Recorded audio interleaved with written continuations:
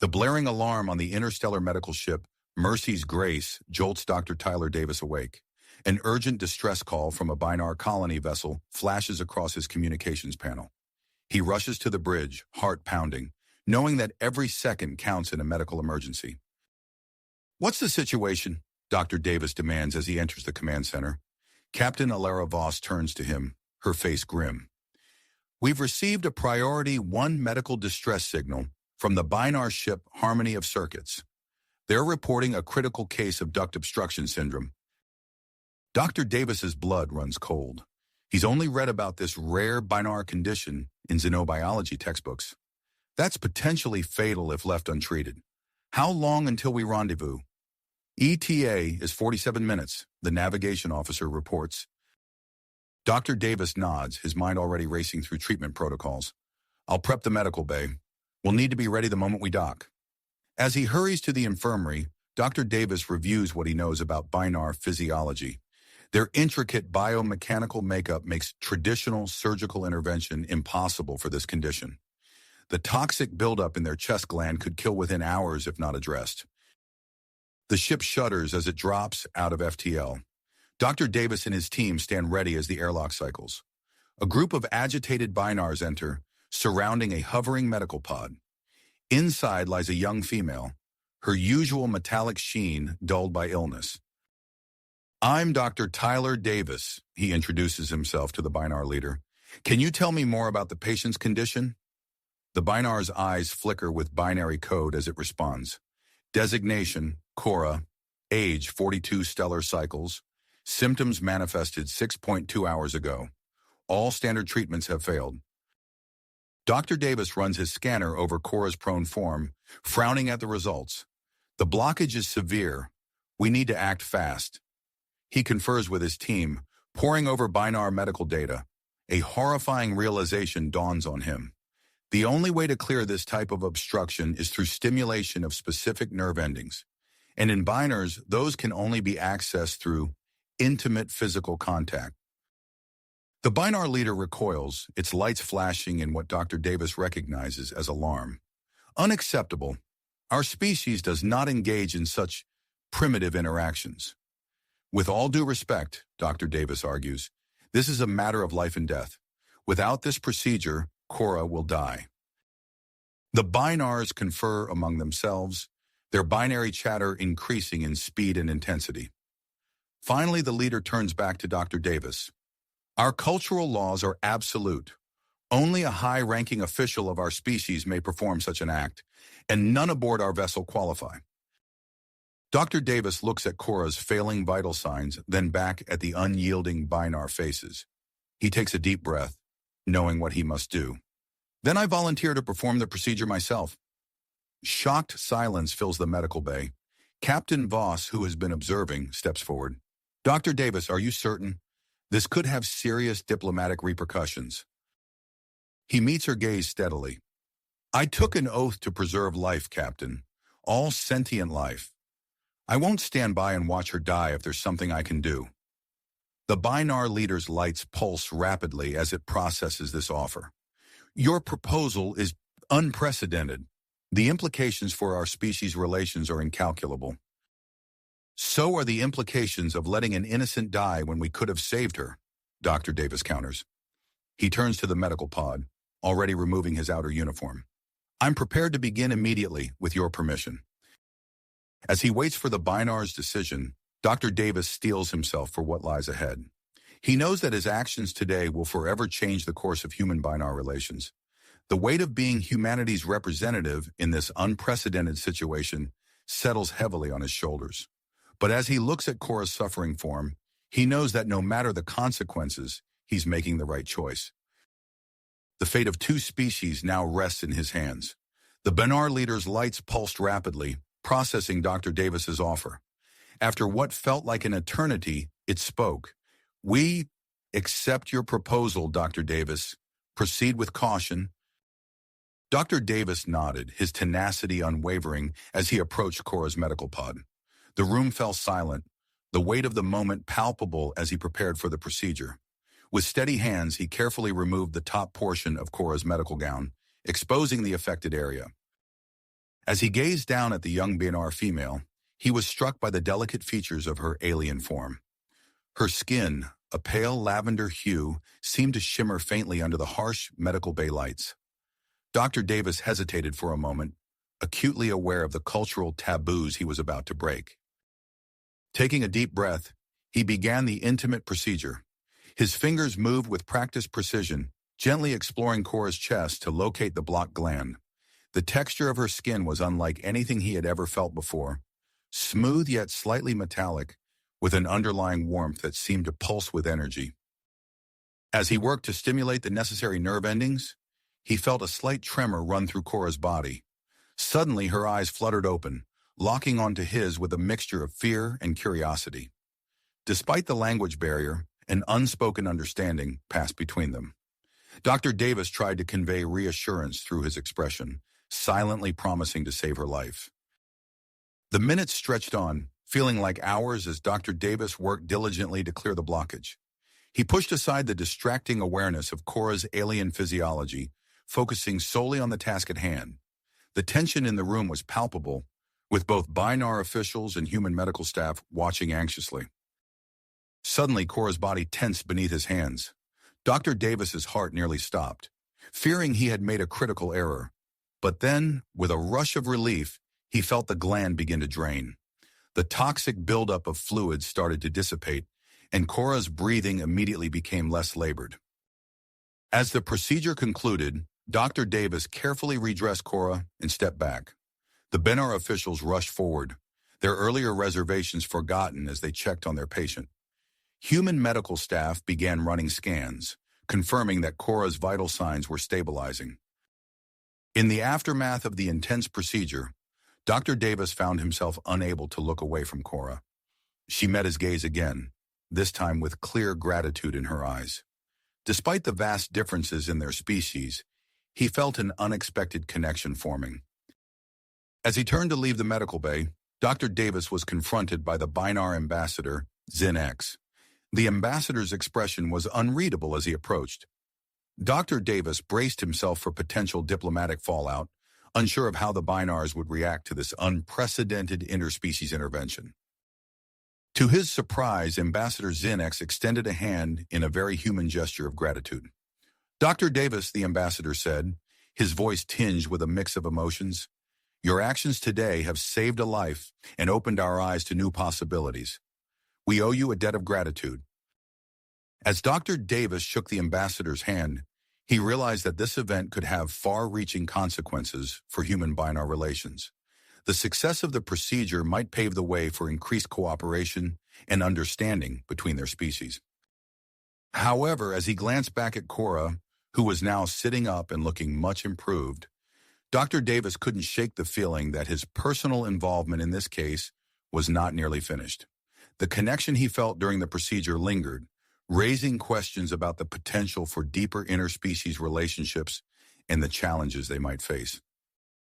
As he exited the medical bay, Dr. Davis was approached by his superior, Chief Medical Officer Dr. Elena Rodriguez. Her expression was a mix of relief and concern. "Davis," she said, "we need to talk about what just happened and its implications for our mission." Dr. Davis nodded, knowing that the conversation ahead would be crucial in determining the future of their interstellar medical operations and his own role in them. As they walked towards Dr. Rodriguez's office, he couldn't help but feel a mix of excitement and apprehension about what lay ahead. The doors to the office slid open, and Dr. Rodriguez gestured for him to take a seat. As Dr. Davis settled into the chair, he noticed the chief medical officer's furrowed brow, a clear indication that this conversation would be far from simple. Dr. Rodriguez leaned forward, her eyes fixed on Dr. Davis. "Tyler, I need you to understand the gravity of what just occurred. Your actions, while undoubtedly heroic, have placed us in uncharted territory." Dr. Davis nodded, his mind still processing the intense events of the past hour. "I understand, Elena, but I couldn't just stand by and let her die." "I know," Dr. Rodriguez sighed, her expression softening. "And that's what makes you an excellent doctor. But it's also what makes this situation so complex. As they discussed the potential ramifications of his unprecedented intervention, Dr. Davis found his thoughts drifting back to Cora. The memory of her alien form beneath his hands, the connection he felt during those critical moments, lingered in his mind. Over the next few days, Dr. Davis found himself drawn to the medical bay more frequently than usual. Each visit was ostensibly to check on Cora's recovery, but he couldn't deny the growing fascination he felt towards the Binar patient. During one such visit, he noticed Cora sitting up in her bed, her metallic skin having regained its healthy sheen. As he approached, she turned to him, her eyes flickering with what he now recognized as curiosity. "Dr. Devi," she said, her voice a melodic blend of organic and synthetic tones, "I am grateful for your intervention." He smiled, pulling up a chair beside her bed. "I'm just glad you're recovering well. How are you feeling?" As Cora began to respond, Dr. Davis noticed a small device on the bedside table. It was a newly developed translation unit, capable of facilitating more nuanced communication between their species. He activated it, and suddenly, the subtle nuances of Cora's binary language became clear to him. "I am functioning at 87% capacity," Cora replied, her words now carrying layers of meaning that the translation device conveyed. "But I find myself intrigued by the experience I have undergone." Their conversation flowed more easily with the aid of the translator. As they talked, Dr. Davis discovered that Cora was far more than just a patient. She was a brilliant xenobiologist specializing in interspecies medical research. "Your work sounds fascinating," Dr. Davis said, leaning forward with genuine interest. "I'd love to hear more about your research." As Cora began to explain her latest project, the ship's intercom suddenly blared to life. Captain Marcus Stern's voice filled the medical bay. "Attention all personnel. We've received an emergency transmission from the human colony on Novaterra. They're reporting a mysterious illness affecting the colonists. All medical staff report to the briefing room immediately." Dr. Davis stood quickly, his mind already racing with possibilities. He turned to Cora, an idea forming. "Your expertise could be invaluable in this situation. Would you be willing to join us as a consultant?" Cora's eyes flickered rapidly, processing the request. "I would be honored to assist," she replied, her voice carrying a hint of excitement.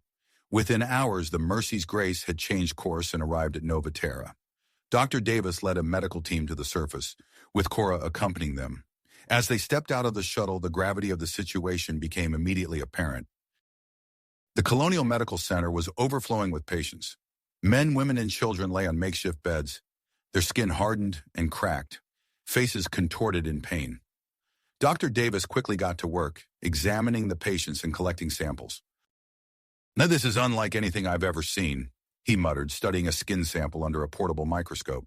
Cora moved beside him, her own scanner buzzing as she analyzed the data. "The cellular structure is being altered at a fundamental level," she observed. "It appears to be causing severe dehydration and organ failure."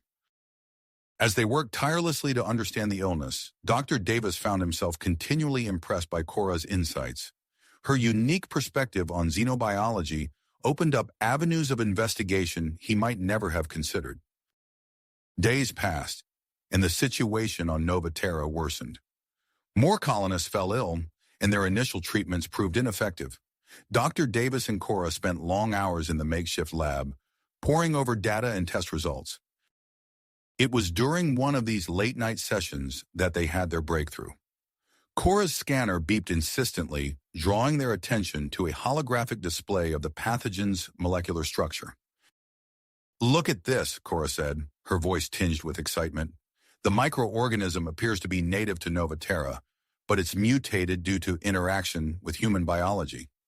Dr. Davis leaned in, studying the display intently. "You're right," he breathed, the implications dawning on him. "And if it's a hybrid, maybe the cure needs to be one too."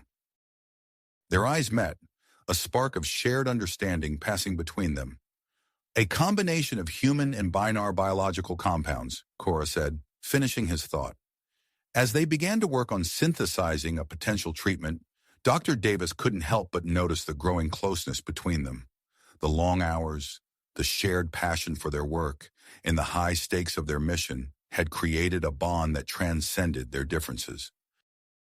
In the lab, as they worked side by side, their hands would occasionally brush, sending an unexpected jolt through Dr. Davis. He found himself captivated by the way Cora's metallic skin caught the light, the graceful efficiency of her movements. As they prepared to test their experimental treatment on the first group of critically ill patients, Dr. Davis and Cora shared a moment of quiet anticipation. The weight of their responsibility hung heavy in the air. "Cora," Dr. Davis said softly, turning to face her, "I want you to know that regardless of what happens, working with you has been extraordinary." Cora's eyes flickered, her response carrying a depth of emotion that surprised him. "I too have found our collaboration to be uniquely fulfilling, Dr. Davis." As they stood there, on the brink of either a medical breakthrough or a devastating failure, Dr. Davis realized that his feelings for Cora had grown into something he never expected. The challenges ahead were daunting, both professionally and personally. But in that moment, all he could focus on was the connection between them and the hope that their work would save lives. With a deep breath, Dr. Davis picked up the first dose of their experimental treatment. "Are you ready?" he asked Cora, his voice steady despite the tension coursing through him. Cora nodded, her metallic features set with dedication. "Let us proceed, Dr. Davis. The patients await our intervention." Together, they stepped out of the lab and towards the ward of critical patients, ready to face whatever outcomes their groundbreaking experiment might bring. Together, they stepped out of the lab and towards the ward of critical patients, ready to face whatever outcomes their groundbreaking experiment might yield. As they entered the ward, the gravity of the situation hit them anew. Rows of beds lined the room, each occupied by a patient in various stages of the mysterious illness. Dr. Davis and Cora exchanged a determined glance before approaching the first patient, a middle-aged woman whose skin had taken on a grayish, cracked appearance. Dr. Davis carefully administered the treatment while Cora monitored the patient's vital signs. Minutes ticked by in tense silence as they waited for any sign of improvement. Suddenly, Cora's scanner emitted a series of rapid beeps. "Dr. Davis," she said, her voice carrying a hint of excitement, "the patient's cellular structure is stabilizing. The treatment appears to be working." Over the next few hours, they moved from patient to patient, administering the experimental cure. With each successful treatment, a wave of cautious optimism swept through the medical team. By the end of the day, the first group of critically ill patients showed significant improvement, their skin regaining its natural color and texture. As news of their breakthrough spread, the medical bay buzzed with renewed energy. Dr. Davis and Cora worked tirelessly alongside their team to produce larger quantities of the cure, their movements in perfect sync as they maneuvered around each other in the lab. During a rare moment of respite, Dr. Davis found himself standing close to Cora as they reviewed the latest patient data. He couldn't help but notice the way her metallic skin caught the light, creating an almost mesmerizing effect. Their hands brushed as they both reached for the same data pad, sending an unexpected jolt through him. "Sorry," he murmured, his eyes meeting hers. For a moment, time seemed to stand still as they held each other's gaze.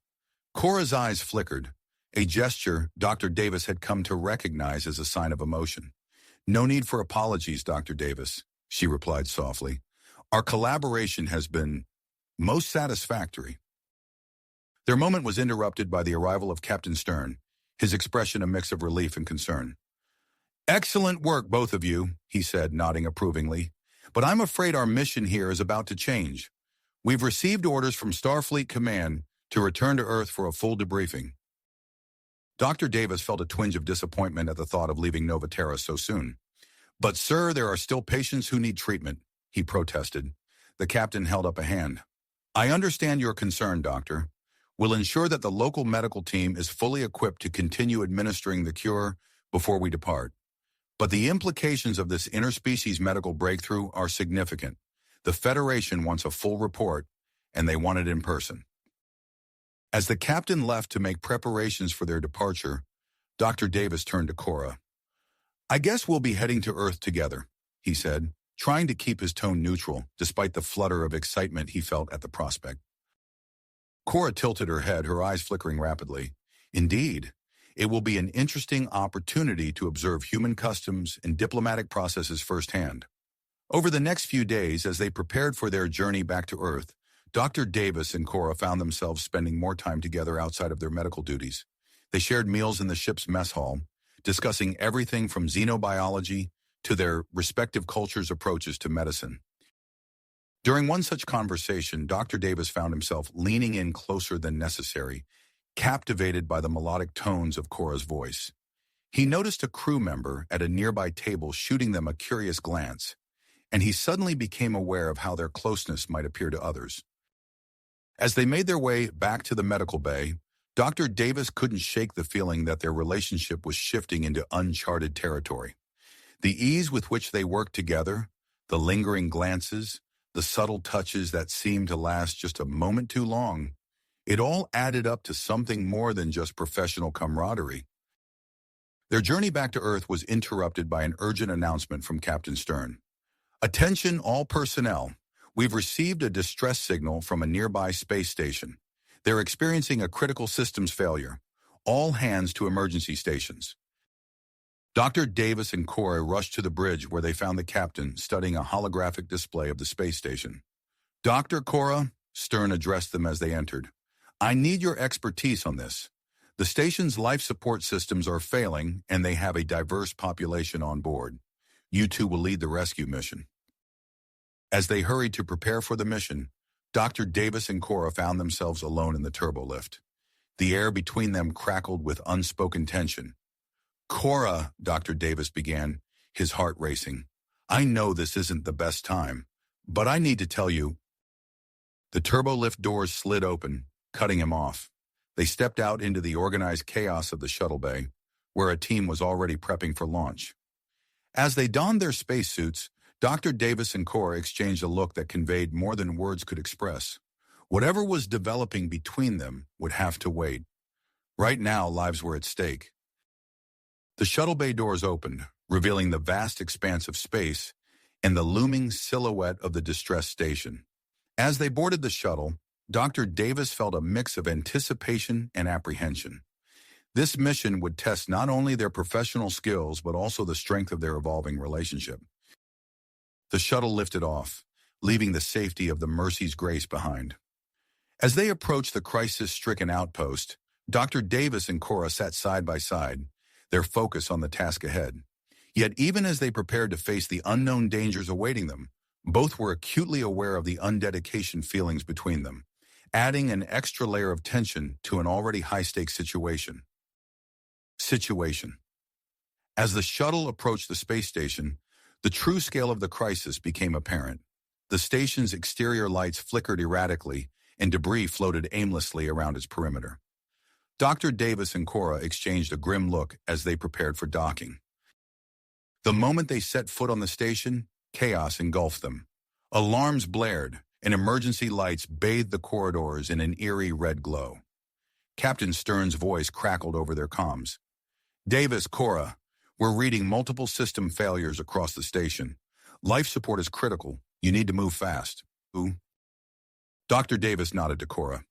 "We'll cover more ground if we split up. You take the medical bay, I'll head to environmental control." Cora's eyes flickered in agreement. "Acknowledged. Be cautious, Dr. Davis." As they parted ways, Dr. Davis couldn't shake the feeling of unease at being separated from Cora.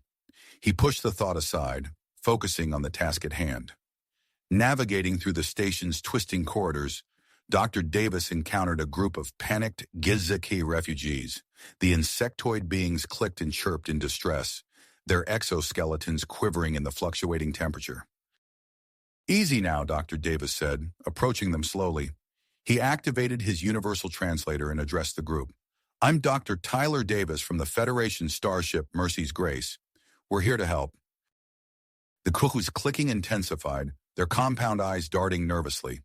Dr. Davis recognized the signs of severe temperature stress in their physiology. He turned to his team. "We need to stabilize the environmental controls in this section immediately." As his team worked on the controls, Dr. Davis used his medical tricorder to assess the Gizka's condition. He administered a targeted treatment to help regulate their body temperature, all while speaking in calm, reassuring tones. Meanwhile, Cora faced her own crisis in the medical bay. The sight that greeted her was one of terrifying pandemonium. Several stasis pods lined the walls, their power indicators blinking ominously. The station's chief medical officer, a Vulcan named Dr. Vress, approached Cora with a raised eyebrow. "The pods are failing. We have minutes before the patients inside suffer irreversible damage." Cora's mind raced, analyzing the situation with lightning speed. Her eyes fell on a nearby computer terminal, and an idea formed. "Dr. Vress, I require access to your main medical database and power distribution network." The Vulcan hesitated for a moment before nodding curtly. Cora's fingers flew over the interface, her Benar-enhanced brain processing information at an incredible rate. She began to interface the human medical equipment with the station's systems, creating a complex web of energy redistribution. "Fascinating," Dr. Vress commented, watching as the stasis pod's power levels began to stabilize. "Your approach is most innovative." As Cora worked, she couldn't help but wonder how Dr. Davis was faring. She pushed the thought aside, focusing on the task at hand. Back in the environmental control section, Dr. Davis had successfully stabilized the GZK refugees. As he wiped sweat from his brow, his tricorder beeped, alerting him to an anomaly in the station's power grid. Frowning, he moved to investigate. What he found sent a chill down his spine. The main reactor's control panel showed clear signs of tampering. This was no accident. Someone had deliberately sabotaged the station. As he recorded his findings, a shadow fell across the panel. Dr. Davis turned to find a member of the station's security team watching him intently. "Find something interesting, Doctor?" the security officer asked, his hand resting casually on his phaser. Dr. Davis's instincts screamed danger. He forced a neutral expression. "Just trying to understand the nature of the malfunction. We need all the information we can get to fix this." The officer nodded slowly, but his eyes remained cold and watchful. As Dr. Davis moved away, he tapped his comm badge, trying to reach Cora. Static filled the channel. In the medical bay, Cora had just finished stabilizing the last of the stasis pods when the gravity suddenly failed. Medical instruments and data pads floated freely, adding to the chaos. Dr. Vress, displaying remarkable calm, secured himself to a nearby console. "It appears the situation has escalated beyond our initial assessment." Cora's response was cut short by a violent shudder that ran through the station. Moments later, the main computer's voice echoed through the bay. "Warning, self-destruct sequence initiated. Time to detonation, 1 hour, 59 minutes. As panic erupted around her, Cora's mind raced. She needed to find Dr. Davis, evacuate the station's inhabitants, and somehow stop the self-destruct sequence, all while floating in zero gravity with failing systems all around her. She turned to Dr. Vress, her metallic features set with tenacity. "We must begin evacuation procedures immediately.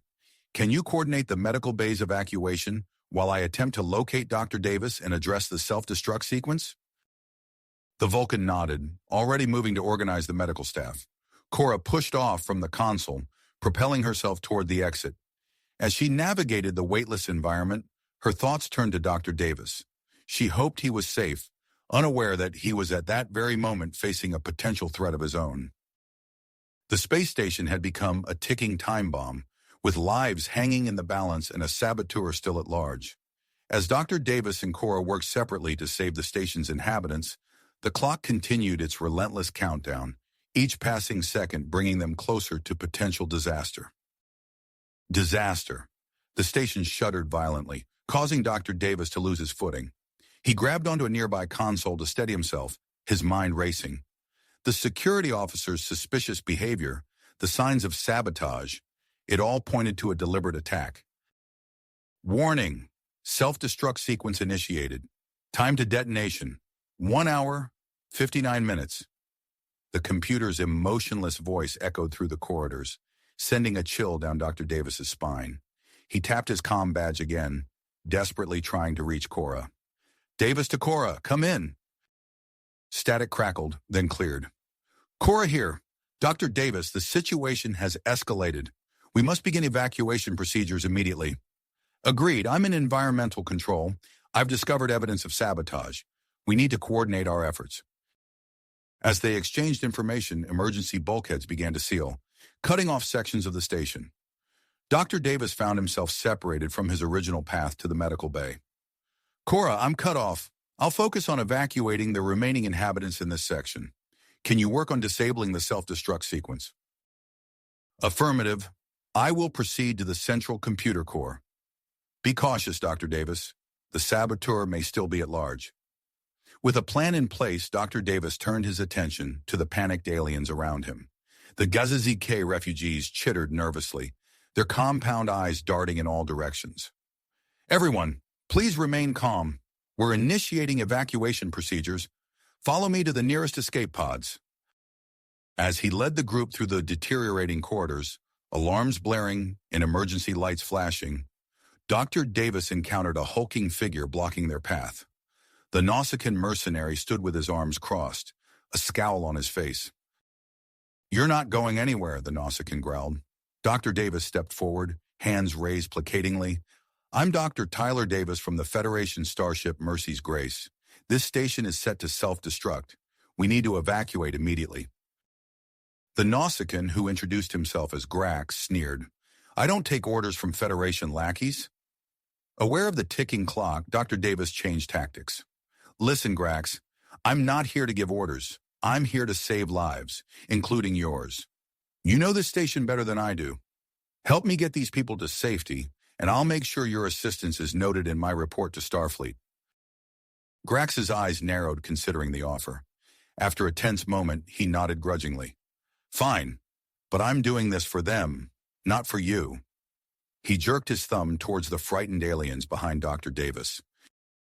With Grax's help, they made quicker progress through the station's labyrinthine corridors. As they moved, Dr. Davis's tricorder picked up life signs in a nearby maintenance shaft. "Grax, can you lead the others to the escape pods? I need to check this out." The Nausicaan grunted in agreement, and Dr. Davis broke away from the group. He approached the maintenance shaft cautiously, tricorder held out before him. As he rounded a corner, he came face to face with a Ferengi, hunched over an open panel. "Stop right there," Dr. Davis called out. The Ferengi's head snapped up, eyes wide with panic. He scrambled to his feet, reaching for a weapon at his belt. Dr. Davis acted on instinct, lunging forward to tackle the Ferengi before he could draw. They grappled in the confined space, the Ferengi's sharp teeth snapping dangerously close to Dr. Davis's face. Despite the Ferengi's desperation, Dr. Davis's Starfleet combat training gave him the edge. He managed to pin the saboteur against the wall, twisting his arm behind his back. "Who are you? Why did you sabotage the station?" Dr. Davis demanded. The Ferengi squirmed in his grip. "Lyrax, my name is Lyrax. I was just trying to make a profit. The highest bidder wanted this station destroyed." Dr. Davis's comm badge chirped. "Davis here." "Dr. Davis," Cora's voice came through, strained and weak. "I've managed to slow the self-destruct sequence, but I've sustained neural damage from interfacing with the computer system. My vital signs are becoming unstable." Alarm shot through Dr. Davis. "Hold on, Cora, I'm on my way." He quickly secured Lyrax using a pair of restraints from his medkit. "Station security will deal with you soon enough," he told the Ferengi before sprinting towards the central computer core. As he ran, Dr. Davis's mind raced with worry for Cora. The memory of her previous illness, the intimate connection they had shared during her recovery, it all came flooding back. He pushed himself harder, ignoring the burning in his lungs. When he finally reached the computer core, he found Cora slumped over a console, her metallic skin pale and lifeless. Dr. Davis rushed to her side, his medical training kicking in automatically. He ran his tricorder over her still form, assessing the damage. The neural interface had overloaded her synaptic pathways, causing a cascade failure in her cybernetic systems. Drawing on their shared experience during her previous illness, Dr. Davis began an emergency procedure. He carefully removed a panel from the back of Cora's head, exposing her neural interface ports. With steady hands, he connected a series of bypass relays, rerouting her neural pathways to avoid the damaged areas. As he worked, he spoke to her softly, his voice filled with a mixture of professional calm and personal concern. "Stay with me, Cora. Remember how we got through this before? We can do it again. Just hold on." Slowly, agonizingly, Cora's vital signs began to stabilize. Her eyes flickered open, focusing on Dr. Davis's face with effort. "Dr. Davis," she whispered, her voice weak but clear, "the self-destruct sequence. We must complete the override." Together, they turned their attention to the computer console. Cora guided Dr. Davis through the final steps of the override process, her expertise complementing his quick thinking. With seconds to spare, they input the final command. The computer's voice rang out once more. "Self-destruct sequence aborted. All systems returning to normal operation." The relief that washed over them was palpable. Dr. Davis sagged against the console, exhaling deeply. Cora placed a hand on his arm, the touch sending a jolt of electricity through him that had nothing to do with her cybernetic nature. "We did it," she said softly, her eyes meeting his. For a moment, they simply looked at each other, the unspoken connection between them stronger than ever. Then reality intruded as Dr. Davis's comm badge chirped. "Davis here," he answered, not taking his eyes off Cora. "Doctor," Captain Stern's voice came through. "Excellent work. We're picking up the last of the evacuees now. Are you and Cora ready for transport?" Dr. Davis helped Cora to her feet, supporting her as she swayed slightly. "We're ready, Captain. 2 to beam up." As the transporter beam enveloped them, Dr. Davis and Cora remained close, both aware that their ordeal had changed something between them. The excitement of their success mingled with apprehension about what lay ahead, the return to Earth, the hearing before the Federation Committee, and the uncertain future of their relationship. The familiar surroundings of the Mercy's Grace materialized around them, bringing with it a new set of challenges. As they stepped off the transporter pad, they exchanged a look that spoke volumes. Whatever came next, they would face it together. Together. As they stepped off the transporter pad, they exchanged a look that spoke volumes. Whatever came next, they would face it side by side. The initial relief of their return to the Mercy's Grace was short-lived. As the ship set course for Earth, an undercurrent of tension began to permeate the crew. Dr. Davis noticed the sideways glances and hushed conversations that seemed to stop whenever he entered a room. Even in the familiar confines of sickbay, there was an air of unease. 3 days into their journey, Captain Stern's voice came over the ship-wide communication system. "Attention all hands. We have received new orders from Starfleet Command. We are to divert course to Starbase 12 for an immediate preliminary hearing regarding recent events. ETA is 18 hours. Stern out." Dr. Davis felt his stomach drop. He looked across sickbay to where Cora was assisting with inventory. Their eyes met, conveying a mix of concern and purpose. Before he could speak with her, Dr. Elena Rodriguez approached, her face a mask of professional detachment. "Dr. Davis, a word in private, please." They stepped into his office, the door sliding shut behind them. Dr. Rodriguez's demeanor softened slightly, but her eyes remained sharp. "Tyler, I'm concerned about you, about your involvement with Cora." Dr. Davis tensed. "What do you mean?" She produced a pad, tapping it to bring up a series of charts. "These are your biometric readings over the past few weeks. Notice anything?" He studied the data, his medical training kicking in. Elevated heart rate, increased endorphin levels, spikes in oxytocin. His eyes widened as he realized the implications. Dr. Rodriguez continued, her voice low. "These physiological responses are consistent with strong emotional attachment. Tyler, I'm telling you this as a friend and colleague. The hearing at Starbase 12 won't just be about your actions during the crisis. They'll be looking at everything, including your relationship with Cora. This data could be used against you." Dr. Davis sank into his chair, mind racing. "Elena, She held up a hand. "I'm not here to judge, but you need to be prepared. Your career could be at stake." As Dr. Rodriguez left, Davis sat in stunned silence. The reality of the situation was crashing down around him. He glanced through the office window at Cora, who was now engaged in conversation with a Binar crew member. Even from this distance, he could see the tension in her posture. The next few hours passed in a blur of preparations and nervous energy. As they approached Starbase 12, Dr. Davis made his way to the observation lounge, seeking a moment of quiet reflection. He found Cora already there, her metallic features illuminated by the starlight.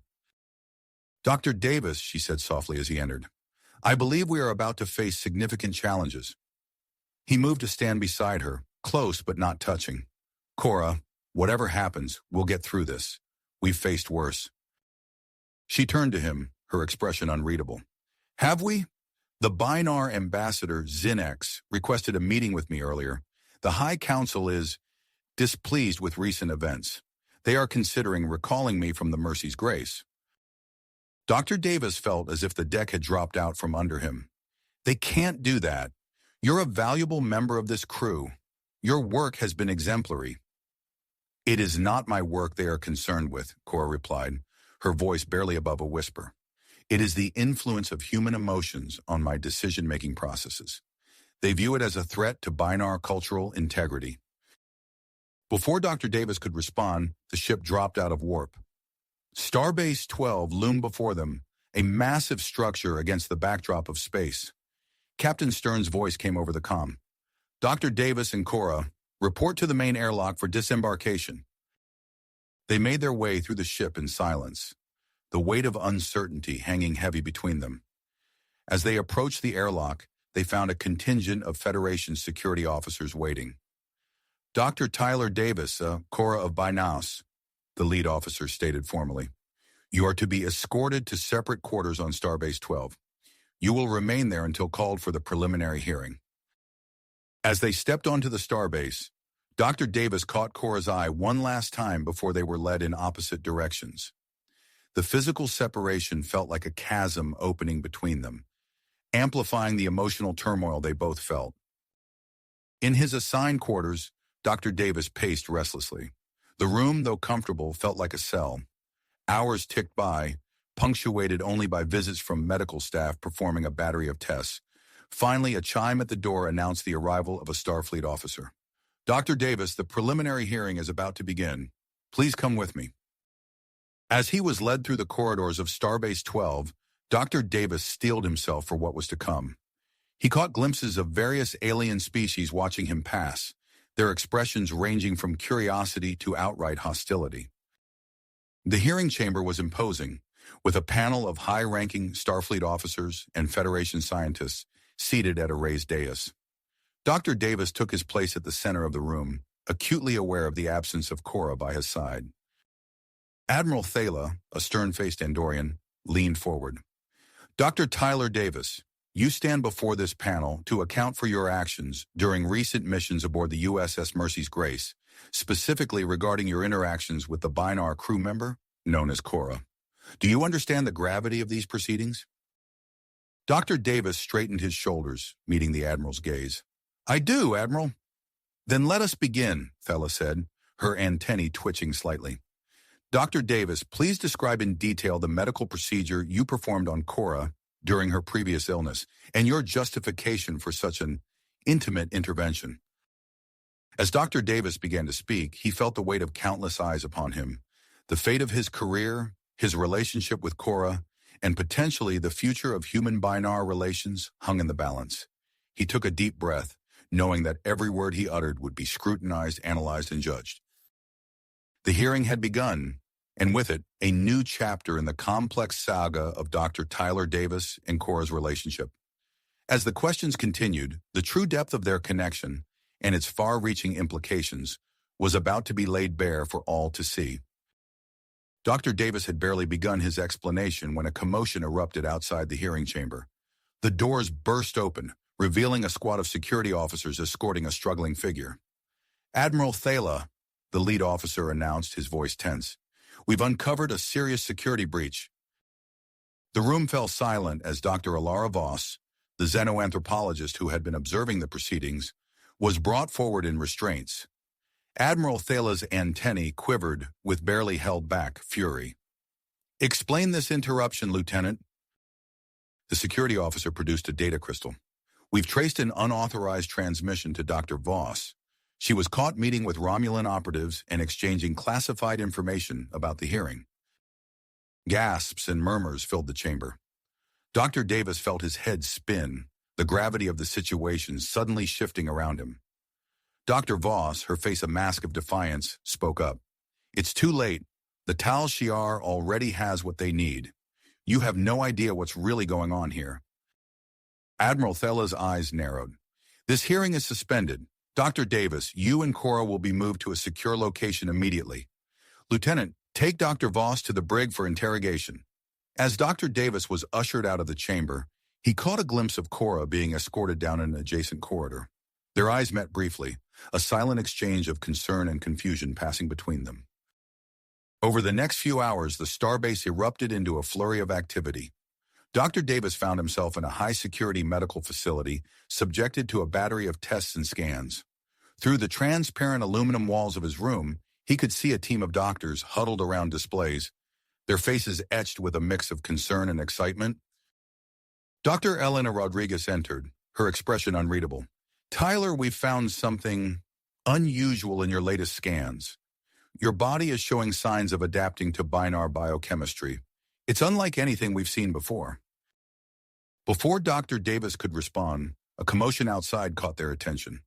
A group of doctors was gathered around another room where he could see Cora undergoing similar tests. What's happening? Dr. Davis asked, his voice tight with worry. Dr. Rodriguez hesitated before answering. Cora's neural patterns are beginning to mimic certain human brain functions. It seems that your interactions have triggered some form of biological synchronization between your species. The implications of this revelation hung heavy in the air. Dr. Davis's mind raced, trying to process what this could mean for him, for Cora, and for the future of human-binar relations. Outside the medical facility, a crowd had begun to gather.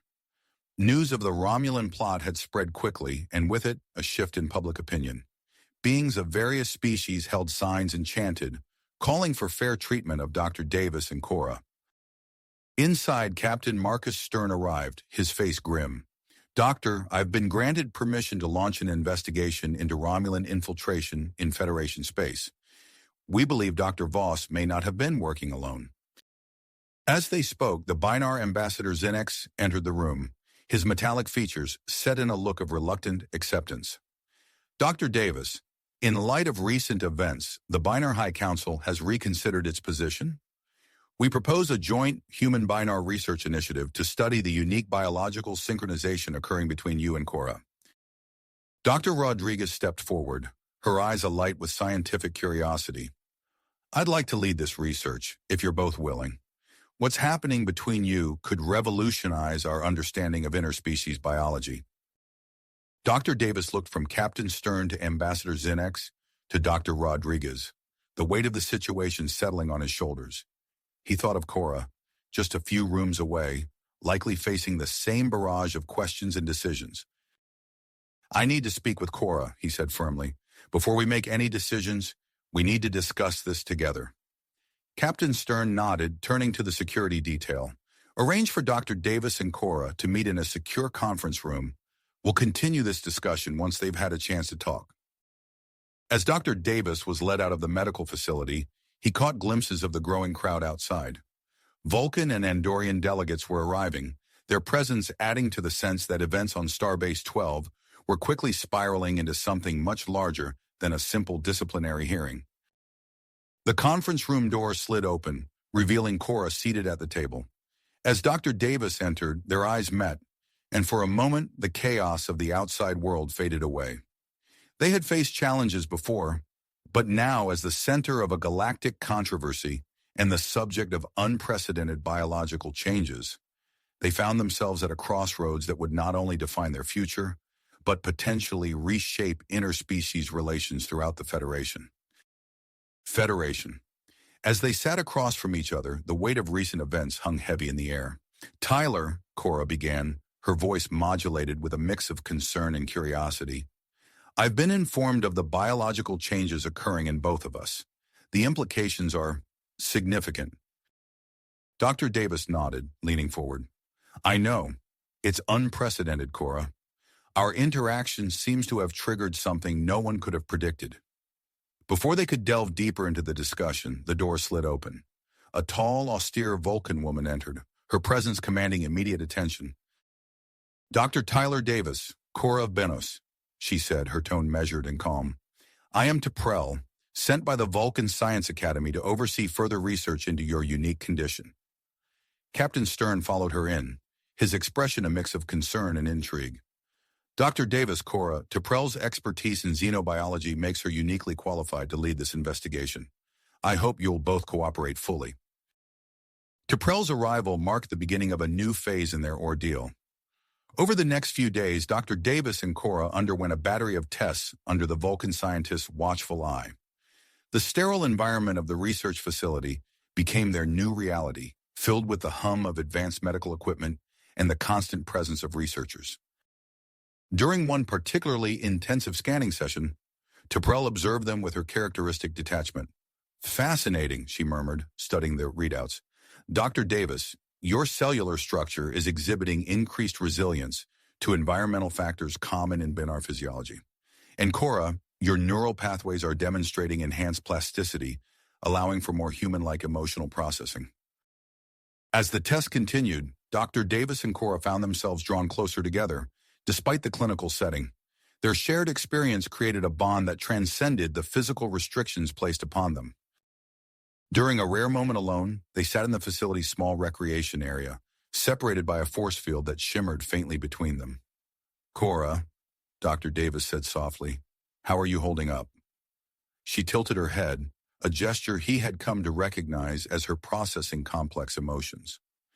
"I am adapting, Tyler. These changes within me, they're altering my perception of everything, including you." Before he could respond, alarms blared throughout the facility. Captain Stern's voice came over the comm system, tension evident in his tone. "Security alert. All personnel to designated safe zones. This is not a drill." T'Prell entered swiftly, her usual composure slightly ruffled. "We must move you both immediately. There's been an attempt to breach the facility's defenses." As they were hurriedly escorted to a secure location, Dr. Davis caught glimpses of increased security personnel throughout the Starbase. The gravity of their situation became even more apparent.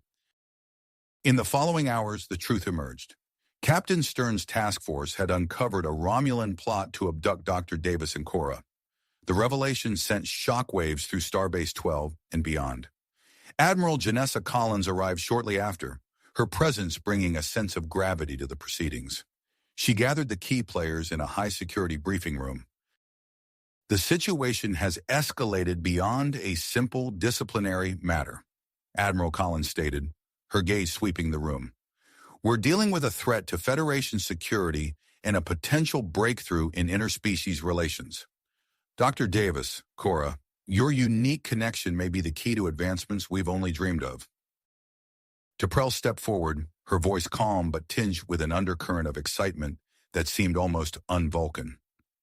"Admiral, my preliminary findings suggest that the physiological changes in both subjects have accelerated. The potential applications of this biological synchronization are vast." As the implications of their condition became clear, Dr. Davis and Cora found themselves at the center of intense debate. Federation officials argued over the potential benefits and risks of their connection, while ethical concerns were raised about the nature of their evolving relationship. Through it all, Dr. Davis and Cora's bond continued to strengthen. During their monitored interactions, they discovered an increasing ability to anticipate each other's thoughts and actions. "It's like, I can sense what you're thinking," Dr. Davis said during one session, his eyes wide with wonder. Cora nodded, her metallic features reflecting the soft light of the room. "I experience a similar phenomenon, Tyler. It's as if our minds are aligning in ways I never thought possible." This development caught the attention of Ambassador Luxana Troy, a Betazoid telepath who had been observing the proceedings. She approached Admiral Collins with an offer to assist in the research. "As a telepath, I may be able to provide unique insights into the mental connection forming between Dr. Davis and Cora," Ambassador Troy explained. As the research progressed, security on Starbase 12 tightened further. The threat of Romulan interference loomed large, with Captain Stern's team working tirelessly to uncover the full extent of the plot. Late one night, as Dr. Davis lay in his secured quarters, the Starbase's alarms blared once again. He sat up, heart racing, as security personnel burst into the room. "Doctor, we need to move you now," the lead officer said urgently. We've intercepted a Romulan operative attempting to access the research data. The threat is immediate and real. As he was rushed through the corridors of Starbase 12, Dr. Davis caught a glimpse of Cora being escorted in the same direction. Their eyes met briefly, a silent communication passing between them that spoke volumes in the chaos of the moment. The capture of the Romulan operative marked a turning point in the investigation. As Starfleet began planning a covert operation to neutralize the Romulan threat, Dr. Davis and Cora found themselves thrust into a world of galactic intrigue far beyond anything they had ever imagined. Their unique bond, once a source of personal and professional concern, now stood at the forefront of a potential revolution in interspecies relations. As they faced an uncertain future, the connection between them continued to evolve, promising new possibilities and challenges in equal measure. In the depths of Starbase 12, surrounded by the watchful eyes of Federation security and the curious gazes of scientists from across the galaxy, Dr. Tyler Davis and Cora Banaus stood on the precipice of a new era in human-alien interaction. The true extent of their journey and its impact on the galaxy at large was only beginning to unfold. As Dr. Davis and Cora faced the uncertain future together, they could not have anticipated the intensity of the scientific scrutiny that awaited them. The research facility on Starbase 12 buzzed with activity. Dr. Davis found himself in a sterile laboratory surrounded by an array of advanced medical equipment. T'Prell stood nearby, her Vulcan features impassive as she calibrated a neural scanner. Across the room, Ambassador Luxana Troy observed with keen interest, her empathic abilities finely tuned to the emotional undercurrents in the room. "We'll begin with a series of controlled experiments," T'Prell explained, gesturing for Dr. Davis to take a seat. "The goal is to explore the extent of your developing telepathic abilities with Cora." As the test progressed, Dr. Davis closed his eyes, focusing on the mental connection he shared with Cora. In an adjacent room, separated by a transparent barrier, Cora mirrored his posture. A gentle hum filled the air as the scanners recorded their neural activity. Suddenly, a vivid image flashed in Dr. Davis's mind. A memory of Cora's home on Binos. He gasped, opening his eyes to find T'Prell and Ambassador Troy leaning forward with interest. "What did you see?" Ambassador Troy asked, her voice soft but eager. I saw Binos," Dr. Davis replied, still processing the experience. "Not just an image, but a memory. Cora's memory." T'Prell's eyebrow raised slightly, the only indication of her surprise. "Fascinating. It appears your connection has progressed beyond basic thoughts and emotions." As word of their telepathic breakthrough spread, Starbase 12 became a hub of scientific excitement. Xenobiologists from across the Federation arrived, eager to study this unprecedented human-binar synchronization. The arrival of Professor Sorak and his team from the Vulcan Science Academy marked a turning point in the research. The austere Vulcan scientist stood before Dr. Davis and Cora, his hands clasped behind his back. "I propose a mind meld with both of you," Sorak stated, his tone measured. "It may provide deeper insights into your synchronized neural patterns." Dr. Davis exchanged a glance with Cora, sensing her apprehension mingled with curiosity. After a thorough medical evaluation and careful consideration, they agreed to participate. The mind meld began with Professor Sorak placing his fingers on Dr. Davis's face, then Cora's. As the Vulcan's consciousness merged with theirs, the room fell silent. Suddenly, Sorak's body stiffened, his eyes widening in shock. With a gasp, he stumbled backward, collapsing to the floor. Medical personnel rushed to Sorak's aid as T'Prell and Ambassador Troy exchanged concerned glances. The incident raised new questions about the potential power and dangers of the human-binar synchronization. As the research continued, Dr. Davis and Cora found themselves at the center of a scientific maelstrom. Their days were filled with tests, scans, and endless questions from the assembled experts. Despite the clinical setting, their bond continued to strengthen, bringing both comfort and complexity to their situation. One evening, as Dr. Davis sat in his quarters reviewing the day's data, an urgent message from Dr. Elena Rodriguez flashed across his screen. Her face appeared, etched with concern. "Tyler, I've made a disturbing discovery," she began without preamble. The physiological changes in you and Cora are accelerating at an alarming rate. I have reason to believe that prolonged separation could lead to severe health complications for both of you. The implications of Dr. Rodriguez's findings sent shockwaves through the research team. Admiral Janessa Collins called an emergency meeting to address the situation. In light of Dr. Rodriguez's report, Admiral Collins announced, her voice firm, I've made the decision to allow Dr. Davis and Cora to work together more closely on the research team investigating their condition. The decision was met with mixed reactions. Some scientists praised it as a necessary step for the subject's well-being, while others expressed concern about potential bias in the research. As Dr. Davis and Cora began working side by side, their enhanced connection led to a series of rapid breakthroughs. During one late-night session, as they pored over data streams, a shared realization struck them simultaneously. Tyler, Cora said, her metallic features animated with excitement, I believe our bond could potentially be used to facilitate faster-than-light communication. Dr. Davis nodded, his mind racing with the possibilities. The implications for interstellar travel and communication are staggering. Their theory attracted attention from the highest levels of the Federation. President Gaxon of Andoria personally contacted Starbase 12, offering additional resources to support the ongoing studies. However, the increased scrutiny and constant medical tests began to take their toll. Despite their growing closeness, Dr. Davis and Cora struggled with the loss of privacy and the weight of responsibility placed on their shoulders. During a routine scan, Cora suddenly convulsed, her body going rigid as she experienced a severe seizure. Dr. Davis felt a sharp pain lance through his own head, a visceral reaction to Cora's distress. We need emergency medical assistance in Lab 3, Dr. Rodriguez shouted into her communicator as she rushed to Cora's side.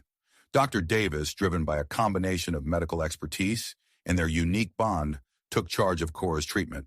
He worked alongside Dr. Rodriguez and the newly arrived Binar physician, Dr. Zin 12, using their connection to guide the medical interventions.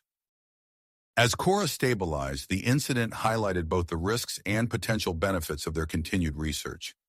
It sparked intense debate among the scientists and officials on Starbase 12 about the ethical implications of their work. Amidst these developments, alarms suddenly blared across the station. Captain Marcus Stern's voice came over the comm system, tension evident in his tone. All personnel to battle stations. We have received intel of an imminent Romulan attack. This is not a drill. As security protocols activated in preparations for the potential Romulan raid began, Dr. Davis and Cora found themselves at the center of a looming conflict. Their unique bond, once a subject of purely scientific interest, had become a strategic asset that multiple factions sought to control. In the chaos of the moment, Dr. Davis gripped Cora's hand, their shared thoughts a mix of willpower and fear. As Starbase 12 braced for the coming storm, they knew that the true test of their connection and its implications for the future of the galaxy was only just beginning to unfold. The blaring alarms jolted Dr. Davis and Cora into action. Security personnel swarmed around them, urgently ushering them through the winding corridors of Starbase 12.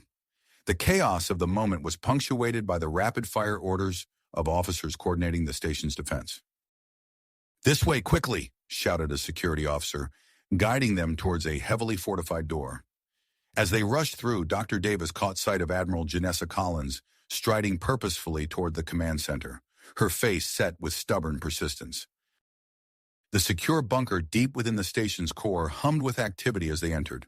Dr. Elena Rodriguez and Dr. Zin 12 were already there, hastily setting up a makeshift medical lab.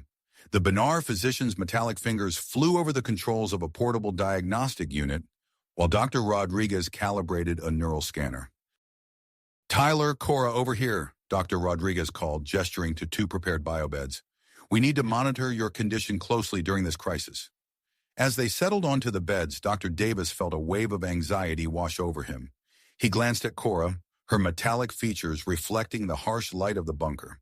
Through their bond, he sensed her matching unease, along with a steely tenacity. The viewports in the bunker offered a limited view of space outside the station. Suddenly, a flash of light caught their attention. A Klingon battlecruiser materialized, its massive form seeming to materialize out of nowhere. "The IKS Kortom," murmured an officer nearby, his voice a mix of surprise and relief.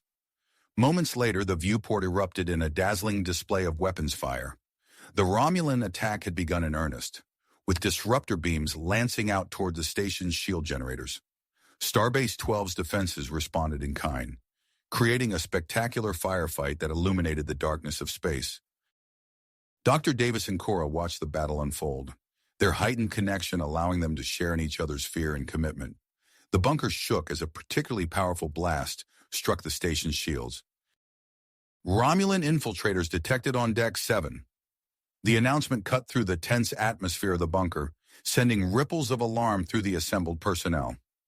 Dr. Rodriguez and Dr. Zin 12 exchanged worried glances before turning back to their patients.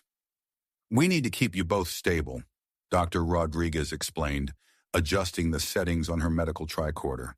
"The stress of this situation could exacerbate your condition." As if in response to her words, Dr. Davis felt a strange, tingling sensation spreading through his body. He looked at Cora and saw her metallic skin seem to be vibrating slightly. "Elena," he called out, his voice tight with concern. "Something's happening." The two doctors rushed to their side, scanners whirring. "Fascinating," Dr. Zin 12 intoned, his binar vocal processor struggling to convey his excitement. "They're emitting a low-level electromagnetic field." Before they could investigate further, the bunker's communications systems crackled and died. The sudden silence was jarring, broken only by the muffled sounds of battle outside. "The field must be interfering with our equipment," Dr. Rodriguez realized, quickly recalibrating her instruments. "This could be a defensive mechanism developed by your bond." As the doctors worked to understand this new phenomenon, the sounds of combat grew closer. Phaser fire echoed through the corridors outside the bunker, punctuated by shouts and the unmistakable whine of Romulan disruptors. Dr. Davis and Cora locked eyes, a silent communication passing between them. They focused their thoughts, concentrating on the strange energy coursing through their bodies. To their amazement, they found they could direct and intensify the electromagnetic field. "We might be able to use this," Dr. Davis said, his voice filled with a mix of wonder and commitment. "If we can create a strong enough pulse, it could disrupt the Romulans' technology." Dr. Rodriguez nodded, quickly setting up sensors to monitor their output. "Be careful," she warned. "We don't know what effect this might have on your bodies." The bunker's outer doors groaned under a heavy impact. The security team took up defensive positions, their phasers trained on the entrance. Dr. Davis and Cora prepared themselves, concentrating on building up their electromagnetic charge. With a screech of tearing metal, the doors burst open. Romulan commandos poured in, their personal shield generators glowing as they deflected the initial volley of phaser fire from the defending security team. At that moment, Dr. Davis and Cora released their pent-up energy. A powerful electromagnetic pulse radiated from their bodies, washing over the room. The effect was immediate and dramatic. The Romulans' shields flickered and died, their weapons sputtering uselessly in their hands. In the confusion that followed, Starfleet security forces launched a counterattack. The close-quarters combat was fierce, with both sides fighting desperately for control of the bunker. Dr. Davis and Cora, exhausted from their effort, could only watch as the battle raged around them. Suddenly, a lone figure broke through the melee. Sub-Commander Verak, the leader of the Romulan infiltration team, charged towards the two subjects of the human binar experiment. His face was a mask of desperation as he raised a hidden disruptor, taking aim at Dr. Davis and Cora. Time seemed to slow. Dr. Davis felt Cora's presence in his mind, their thoughts merging in perfect synchronization. Acting on pure instinct, they focused their remaining energy, creating a localized force field mere seconds before Verak fired. The disruptor blast struck the invisible barrier and ricocheted wildly around the room. In a twist of fate, the energy discharge found its way back to its source, striking Verak squarely in the chest. The Romulan commander crumpled to the floor, his weapon clattering uselessly beside him. As the last of the Romulan commandos fell, Admiral Collins's voice crackled over the newly restored comm system. "The Romulan ships have been neutralized," she announced, relief evident in her tone. "Starbase 12 is secure." The immediate danger had passed, but for Dr. Davis and Cora, their ordeal was a long way to go. As the adrenaline of the moment faded, they felt the full weight of their exertion crash down upon them. Their vision blurred, bodies swaying as consciousness began to slip away. The last thing Dr. Davis saw before darkness took him was Dr. Rodriguez and Dr. Zin-12 rushing towards them, medical equipment in hand. As he faded into unconsciousness, he felt Cora's presence in his mind, a comforting constant amidst the chaos of their shared experience. In the aftermath of the battle, as medical teams worked to stabilize the exhausted pair, the full implications of their newfound abilities remained to be seen. The human-binar bond had proven to be more than a scientific curiosity. It was now a powerful force with the potential to shape the future of interstellar relations. As Dr. Davis and Cora recuperated, the galaxy around them buzzed with the news of their role in repelling the Romulan attack, setting the stage for the next chapter in their extraordinary journey. As consciousness slowly returned to Dr. Davis, he found himself enveloped in a cocoon of soft light and gentle warmth. The sterile air of a medical facility filled his nostrils, a stark contrast to the acrid smell of ozone that had permeated the bunker during the Romulan attack. He blinked, his vision gradually coming into focus. "Welcome back, Dr. Davis," a familiar voice said. Dr. Elena Rodriguez stood at his bedside, her face a mixture of relief and concern. "How are you feeling?" "Like I've been hit by a runabout," Davis groaned, attempting to sit up. A wave of dizziness forced him back down. "Where's Cora?" Dr. Rodriguez gestured to his right. "Right beside you. We've set up a specialized chamber to keep you both in close proximity. It seems to accelerate your recovery." Davis turned his head, his eyes meeting Cora's metallic gaze. Even in her weakened state, her presence in his mind was a comforting constant. Through their bond, he sensed her relief at his awakening, tinged with a shared exhaustion. "You gave us quite a scare," Dr. Zin-12 interjected, his binar vocal processors struggling to convey the appropriate level of emotion. "Your electromagnetic pulse was far more powerful than we anticipated. It not only disrupted the Romulans' technology, but also affected some of our own systems." As the doctors continued to explain the aftermath of the attack, Davis felt a strange tingling sensation coursing through his body. He glanced at Cora, seeing a faint shimmer rippling across her metallic skin. Without a word, they both understood. Their abilities hadn't disappeared, but had instead become more refined. A soft chime interrupted the conversation. Admiral Janessa Collins' voice filled the room. "Dr. Rodriguez, Dr. Zin-12, your presence is required in the main conference room. We're convening an emergency meeting to discuss the implications of recent events." As the medical team prepared to leave, Davis caught snippets of their hushed conversation. Words like weaponization, ethical concerns, and Klingon interest drifted to his ears, sending a chill down his spine. Left alone with Cora, Davis reached out, their fingers intertwining. The simple touch amplified their connection, allowing thoughts and emotions to flow freely between them. "We've changed, Tyler," Cora's voice echoed in his mind. "Our bond, it's evolving." Davis nodded, concentrating on the strange energy humming beneath his skin. With a thought, he generated a small electromagnetic field, watching as it danced between their joined hands. "It's not just our abilities," he replied silently. "It's us. We're becoming something more." Their introspection was interrupted by the arrival of a new face. A tall, austere Vulcan entered the medical bay, his dark eyes surveying the room with clinical detachment. "I am Dr. Zarok," he announced, his voice devoid of emotion. "I have been assigned to study your unique condition and explore potential enhancements to your electromagnetic abilities." The Vulcan's presence seemed to shift the atmosphere in the room. His logical, methodical approach clashed with the more nurturing environment Dr. Rodriguez and Dr. Zin-12 had cultivated. As Dr. Zarok began setting up his equipment, alarms suddenly blared throughout the station. Admiral Collins' voice, tense and urgent, came over the comm system. "All personnel, prepare for immediate evacuation. Long-range sensors have detected a Romulan fleet approaching Federation space. Dr. Davis and Cora are to be transferred to the USS Excalibur for transport to Earth. The medical bay erupted into a flurry of activity. Dr. Rodriguez and Dr. Zin 12 rushed back in, working frantically to prepare a mobile version of the specialized chamber.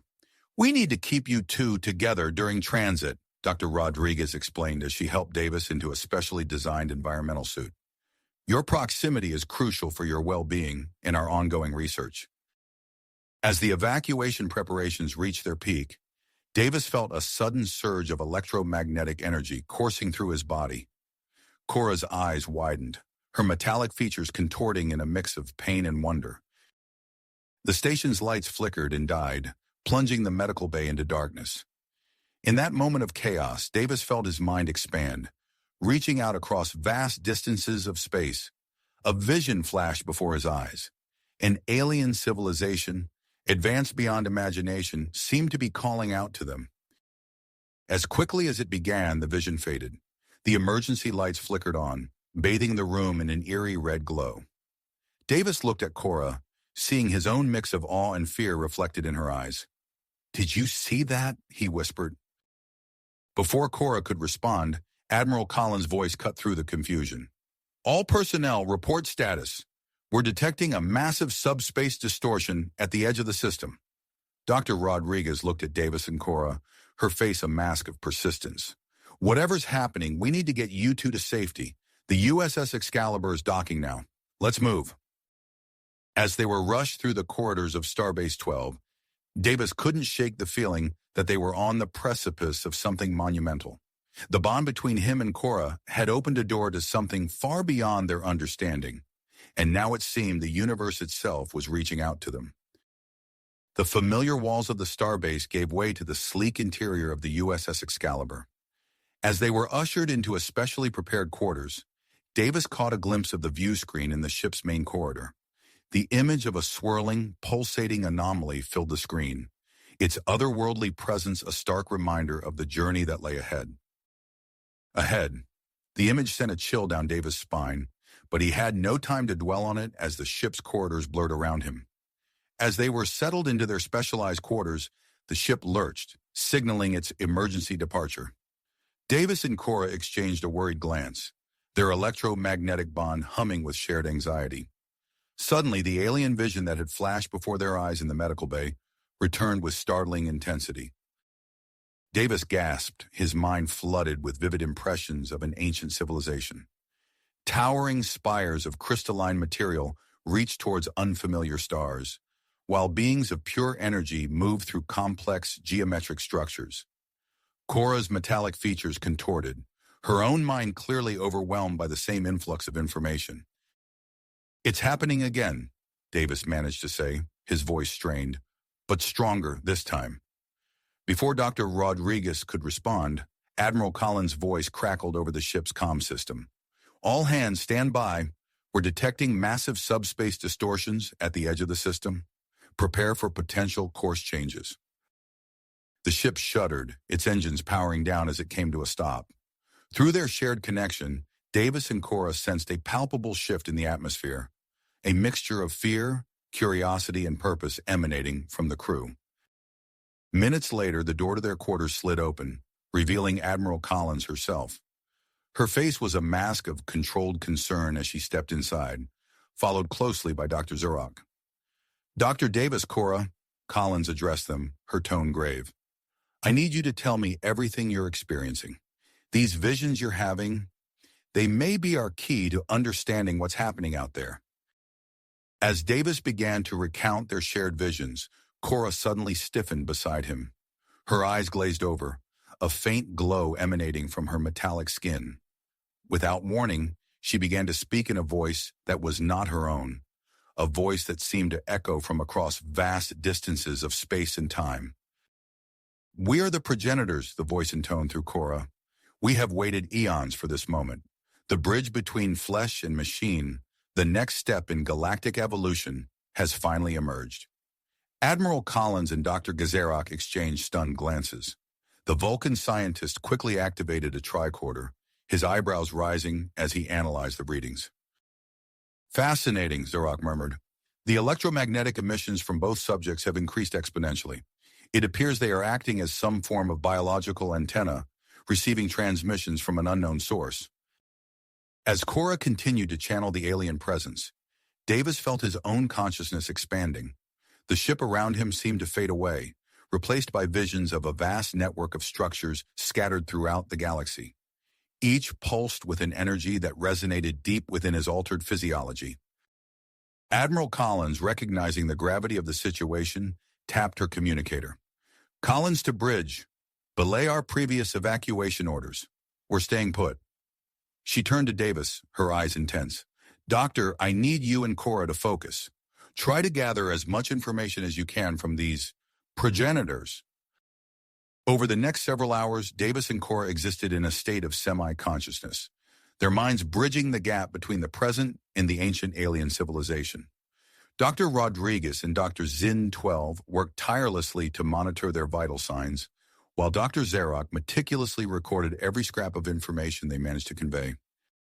As the alien presence receded, leaving Davis and Cora exhausted but alert, Admiral Collins called an emergency meeting in the ship's conference room. The senior staff of the USS Excalibur gathered around the table, joined by the research team and a newly arrived group of scientists from the USS Horizon. "Ladies and gentlemen," Collins began, her voice steady despite the tension in the room, "what we've stumbled upon here may be the most significant discovery in the history of the Federation. These progenitors claim to be responsible for seeding life throughout our galaxy, and now they seem to believe that Dr. Davis and Cora represent a crucial evolutionary step." Captain Thelen of the USS Horizon, his antennae twitching with barely held back excitement, leaned forward. "Admiral, with your permission, I'd like to take the Horizon into the anomaly for a closer look. Our sensors are picking up some kind of massive structure at its center." Collins nodded her approval, but before she could respond, the ship's tactical officer interrupted. "Admiral, long-range sensors are picking up a Romulan fleet entering the system. They'll be here within the hour." The room erupted into a flurry of activity as Collins began issuing orders. "Captain Thelen, you have a go. Take the Horizon in and gather as much data as you can. Dr. Rodriguez, Dr. Zin 12, you'll accompany them. Your expertise on the human binar physiology may prove crucial." Turning to Davis and Cora, Collins' expression softened slightly. "I know you're both exhausted, but we need you on that ship. Whatever connection you've established with the progenitors, it may be our best chance at understanding what we're dealing with." As they prepared to transfer to the Horizon, Davis felt a mix of excitement and trepidation. He glanced at Cora, sensing her similar emotional state through their bond. Whatever lay ahead, they would face it together. The Horizon disengaged from the Excalibur, its sleek form gliding towards the swirling anomaly. As they penetrated the outer layers of the distortion, the ship's crew experienced a series of disorienting effects. Time seemed to stretch and compress, and spatial distortions caused the corridors to twist in impossible ways. Davis and Cora, however, remained unaffected. Their unique physiology seemed to shield them from the worst of the anomaly's effects. As the ship pushed deeper into the unknown, they felt their connection to the progenitors growing stronger. Suddenly, the view screen lit up with a blinding flash. As the light faded, the crew found themselves face to face with a massive structure of clearly artificial origin. Its surface was etched with intricate patterns that pulsed with an otherworldly energy. Before anyone could react, a beam of pure energy lanced out from the structure, enveloping the Horizon. Instead of causing damage, however, it seemed to be scanning them. The ship's computer systems briefly overloaded, then came back online with vast amounts of new data. Davis and Cora, their bodies now glowing with visible electromagnetic energy, entered a trance-like state. Through them, the progenitor presence began to communicate directly with the Horizon's crew. "We have waited millennia for this moment," the alien voice echoed through their minds. "You, the fusion of organic and synthetic, represent the next step in the grand design we set in motion eons ago. But time grows short. Others approach who would misuse our legacy. You must act quickly." As the crew struggled to process this revelation, The tactical officer's voice cut through the awed silence. "Captain, the Romulan fleet has entered the system. They're on an intercept course." Captain Thelan's face hardened with persistence. "We can't let this technology fall into Romulan hands. Mr. Vanek, set a course for the coordinates the progenitors provided. We need to find the next structure in their network." As the Horizon's engines hummed to life, Davis and Cora's electromagnetic aura flared brightly. Their energy seemed to interface with the ship's systems in ways that defied conventional understanding.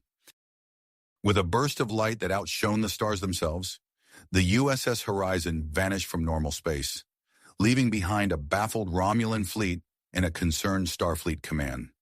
Their destination, the far reaches of the galaxy, where the legacy of the progenitors awaited, and with it perhaps the future of all sentient life.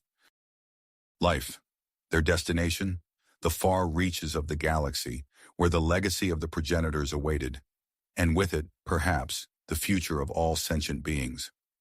As the USS Horizon streaked through uncharted space, the initial exhilaration of their quantum leap faded into a tense quiet. The ship's crew worked diligently at their stations, monitoring the unfamiliar star patterns that blurred past on the main view screen. In their specialized quarters, Dr. Tyler Davis and Cora sat in meditative silence, their bodies glowing with a soft, pulsating light. Suddenly, Davis gasped, his eyes flying open as he clutched his head. Cora's metallic features contorted in a grimace of pain. The steady hum of their electromagnetic connection faltered, sputtering like a faulty engine. Dr. Elena Rodriguez rushed to their side, her dark eyes widening as she scanned them with a medical tricorder. "Their neural patterns are destabilizing," she called out to Dr. Zin 12, who was already adjusting the prototype device regulating their emissions. The biner's fingers flew over the controls, his binary speech a rapid staccato of ones and zeros.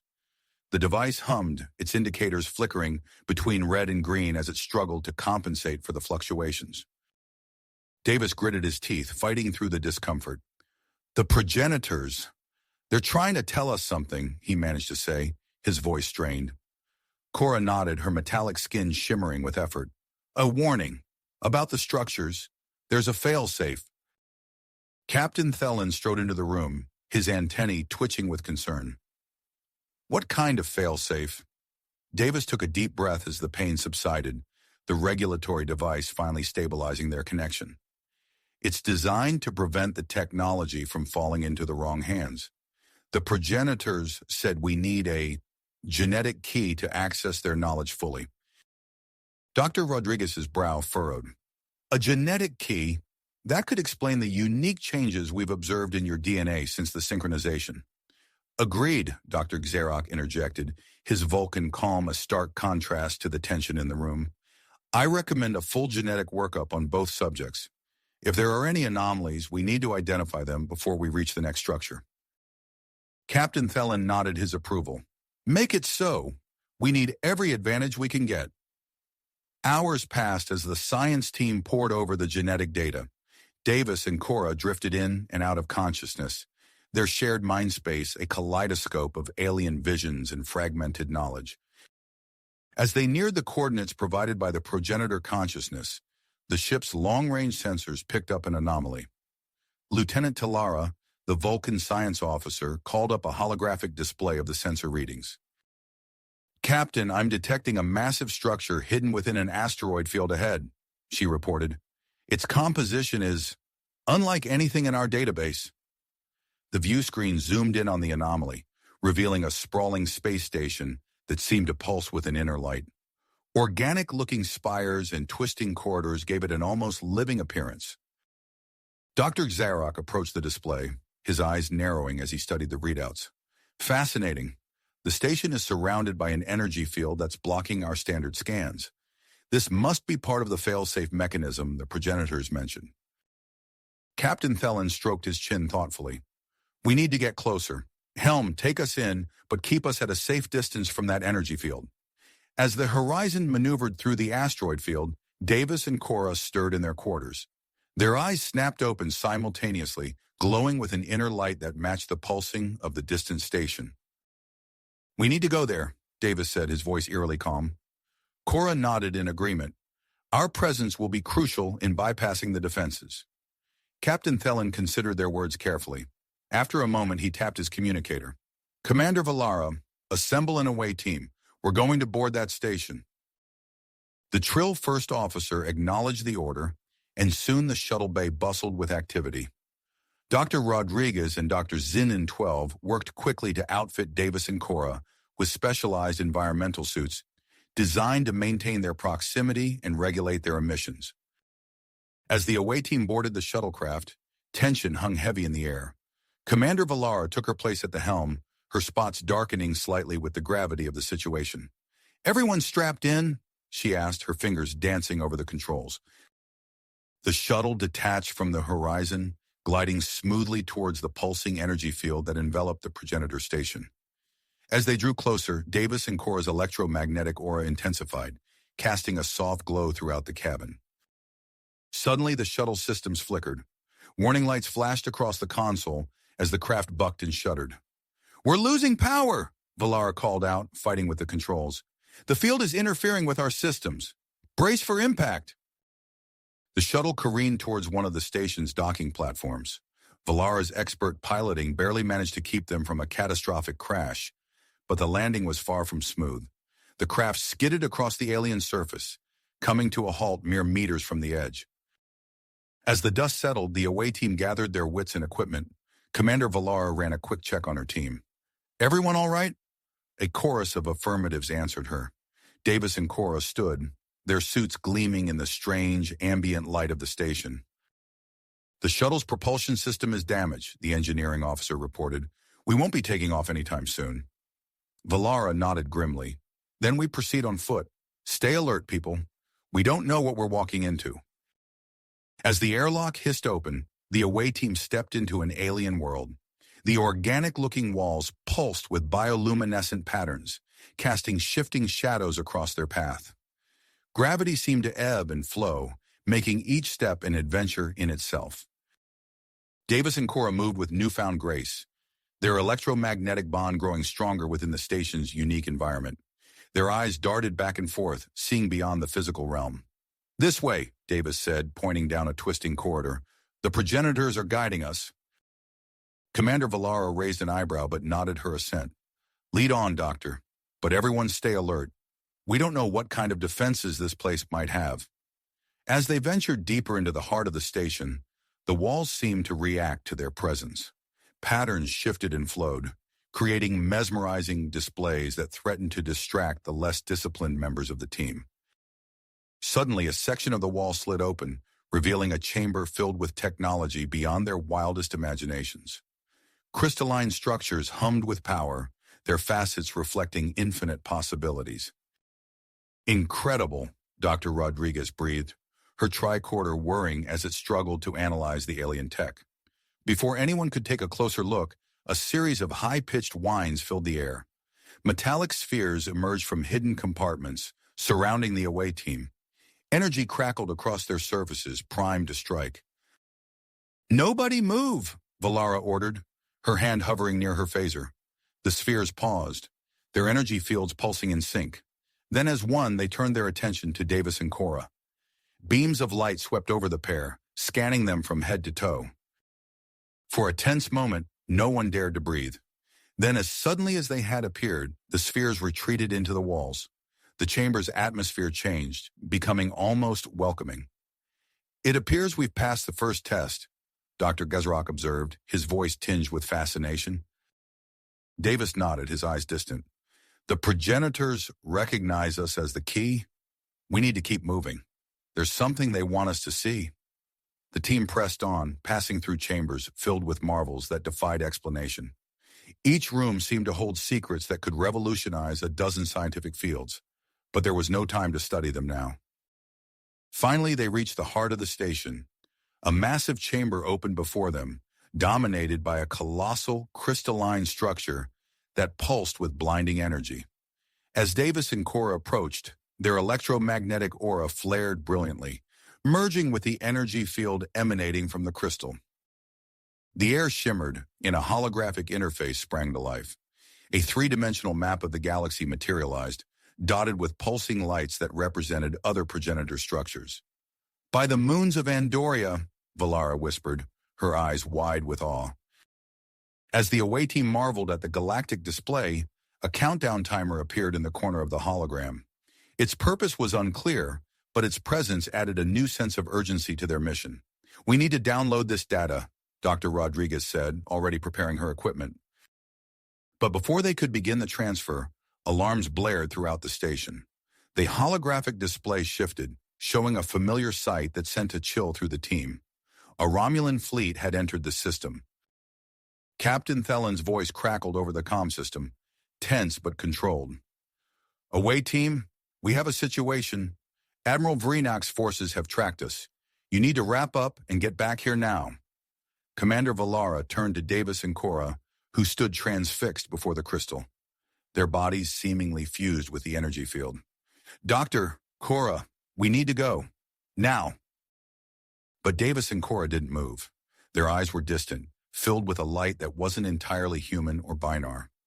"We can't," Davis said, his voice echoing strangely. "The process has already begun. The knowledge, it's overwhelming." Cora nodded, her metallic features contorted in a mix of pain and ecstasy. "We are seeing the truth of the progenitors, their purpose, their legacy. It's all becoming clear." Dr. Rodriguez ran her tricorder over them, her face paling at the readings. "Their neural patterns are off the charts. Trying to separate them now could cause irreparable damage." Commander Valara's eyes sharp as she assessed the situation. They couldn't leave Davis and Cora behind, but forcibly removing them could be catastrophic. And with every passing second, the Romulan threat grew closer. Outside the station, energy beams lanced out from hidden emplacements, targeting the incoming Romulan ships. The USS Horizon found itself caught in a deadly crossfire, defending against the Romulan attack while trying to avoid the station's automated responses. Inside the central chamber, Davis and Cora's shared consciousness expanded exponentially. Millennia of knowledge flooded their minds, threatening to overwhelm their sanity. They saw the grand design of the progenitors, the purpose of the galactic network, and the crucial role they were meant to play. But as their awareness grew, so did the strain on their physical bodies. Sweat beaded on Davis's brow, while Cora's metallic skin began to oxidize in places, unable to cope with the massive energy surging through her. Commander Valara barked orders, setting up a defensive perimeter around the central crystal. "We hold this position at all costs. Whatever's happening to Davis and Cora, we need to give them time to finish it." The sound of weapons fire echoed from distant corridors. Romulan boarding parties had breached the station's outer defenses and were fighting their way towards the central chamber. As the away team prepared for battle, Davis and Cora stood at the eye of the storm, their minds spanning the galaxy.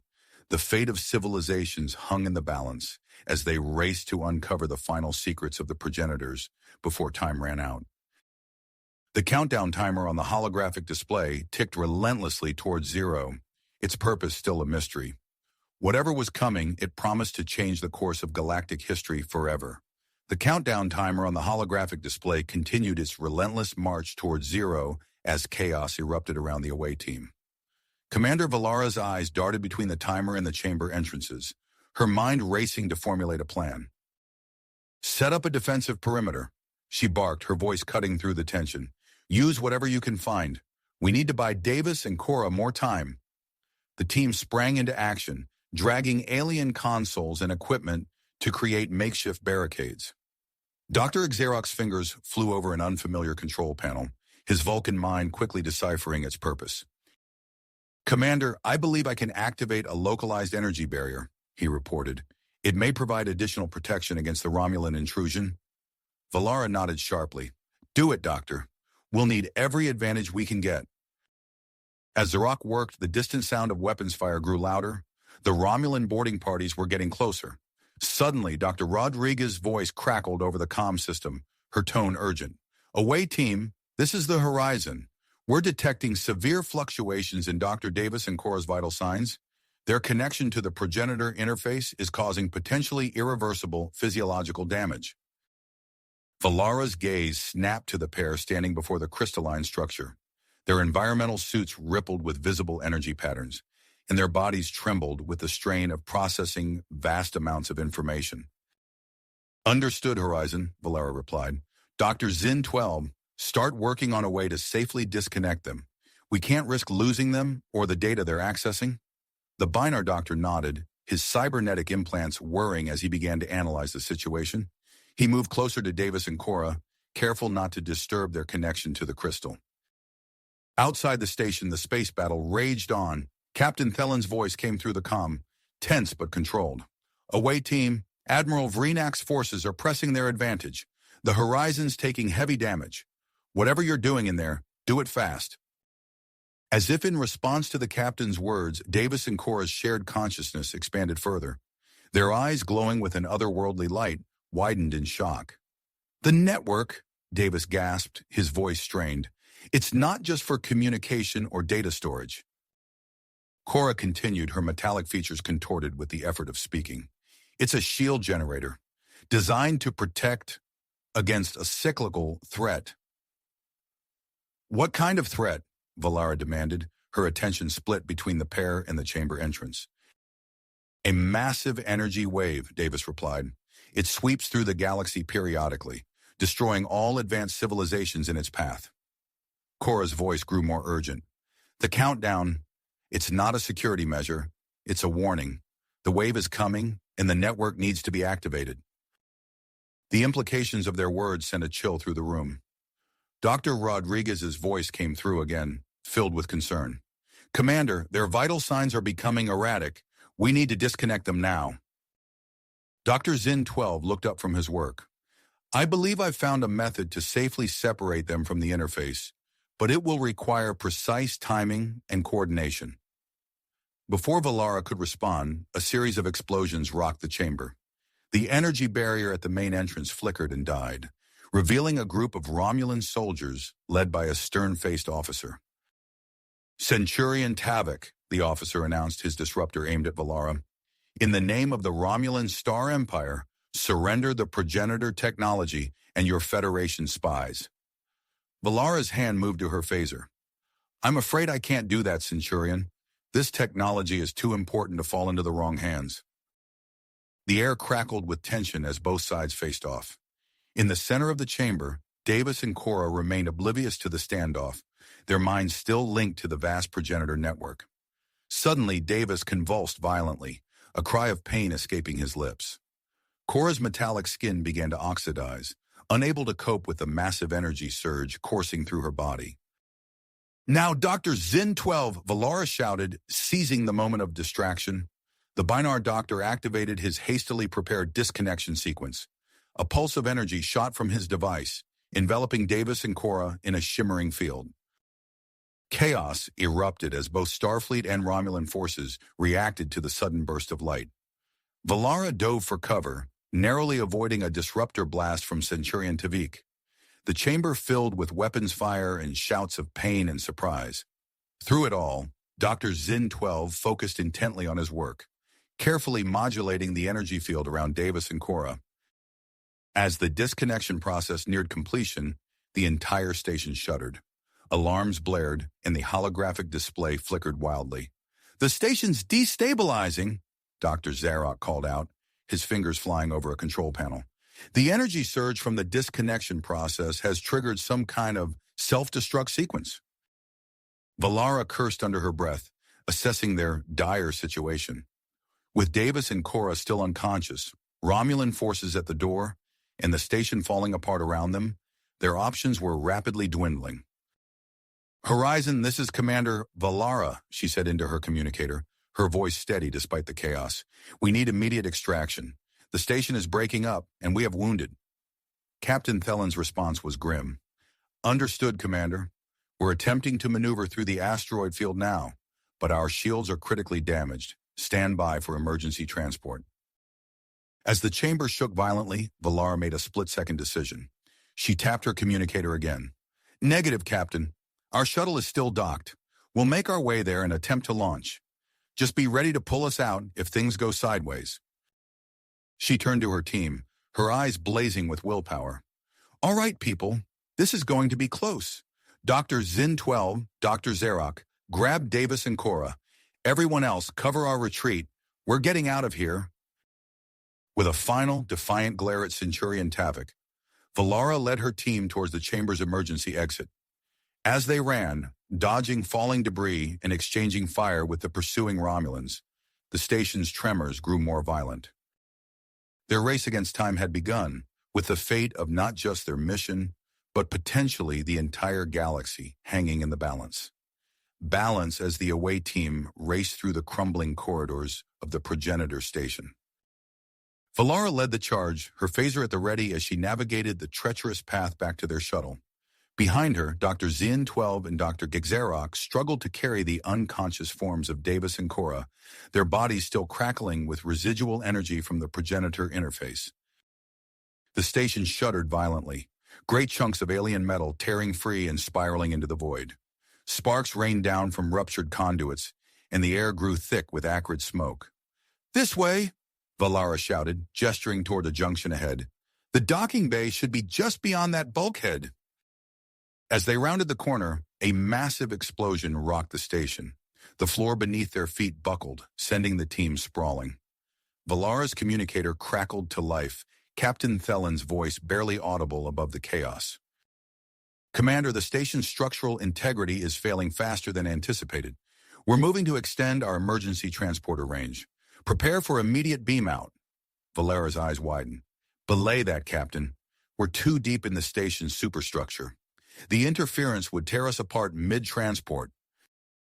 She turned to her team, her voice steady despite the dire circumstances. "Change of plans. We need to get to an outer section of the station. Now!" The group pressed on, ducking under falling debris and leaping over widening chasms in the deck plating. The unconscious forms of Davis and Cora grew heavier with each step, their bodies pulsing with an otherworldly energy that seemed to intensify as the station's systems failed around them. Suddenly, a massive tremor shook the entire structure. The corridor ahead collapsed, cutting off their escape route. "Blast it!" Valara cursed, her mind racing. She spotted a nearby maintenance hatch and made a split-second decision. "Everyone in here! It's our only shot!" The team squeezed into the narrow crawl space, the heat and smoke growing more intense by the second. They could hear the station groaning and tearing itself apart around them. "Horizon, this is Valara," she called into her communicator. "We're in a maintenance tunnel on the station's outer hull. Can you get a lock?" There was a moment of heart-stopping silence before the captain's reply came through. "Affirmative, Commander. Initiating emergency transport now. Stand by." The familiar tingle of the transporter beam enveloped them just as the tunnel began to decompress. For a terrifying instant, it seemed as if the station's death throes might interfere with the transport. Then, in a shimmer of blue light, the away team materialized on the Horizon's transporter pad. "Medical team to the transporter room, stat." Dr. Rodriguez's voice rang out as she rushed to the prone forms of Davis and Cora. Their bodies were still racked with tremors, skin glistening with an unnatural sheen. Captain Thelen's voice boomed over the ship-wide comm. "All hands, brace for impact. Shockwave incoming." The Horizon lurched violently as the progenitor station's final explosion sent a massive surge of energy through the system. Valara grabbed onto a nearby console to steady herself, watching as Davis and Cora were rushed to sickbay on anti-grav stretchers. "Damage report," Thelen demanded from the bridge. "Multiple hull breaches on decks 4 through 7, came the response. "Shields at 12% and falling. Warp core showing signs of instability." Valara's heart raced as she made her way to the bridge, the ship bucking and shuddering around her. She arrived to find Thelen barking orders, his antennae twitching with tension. "Evasive pattern delta," he commanded. "Get us clear of this debris field."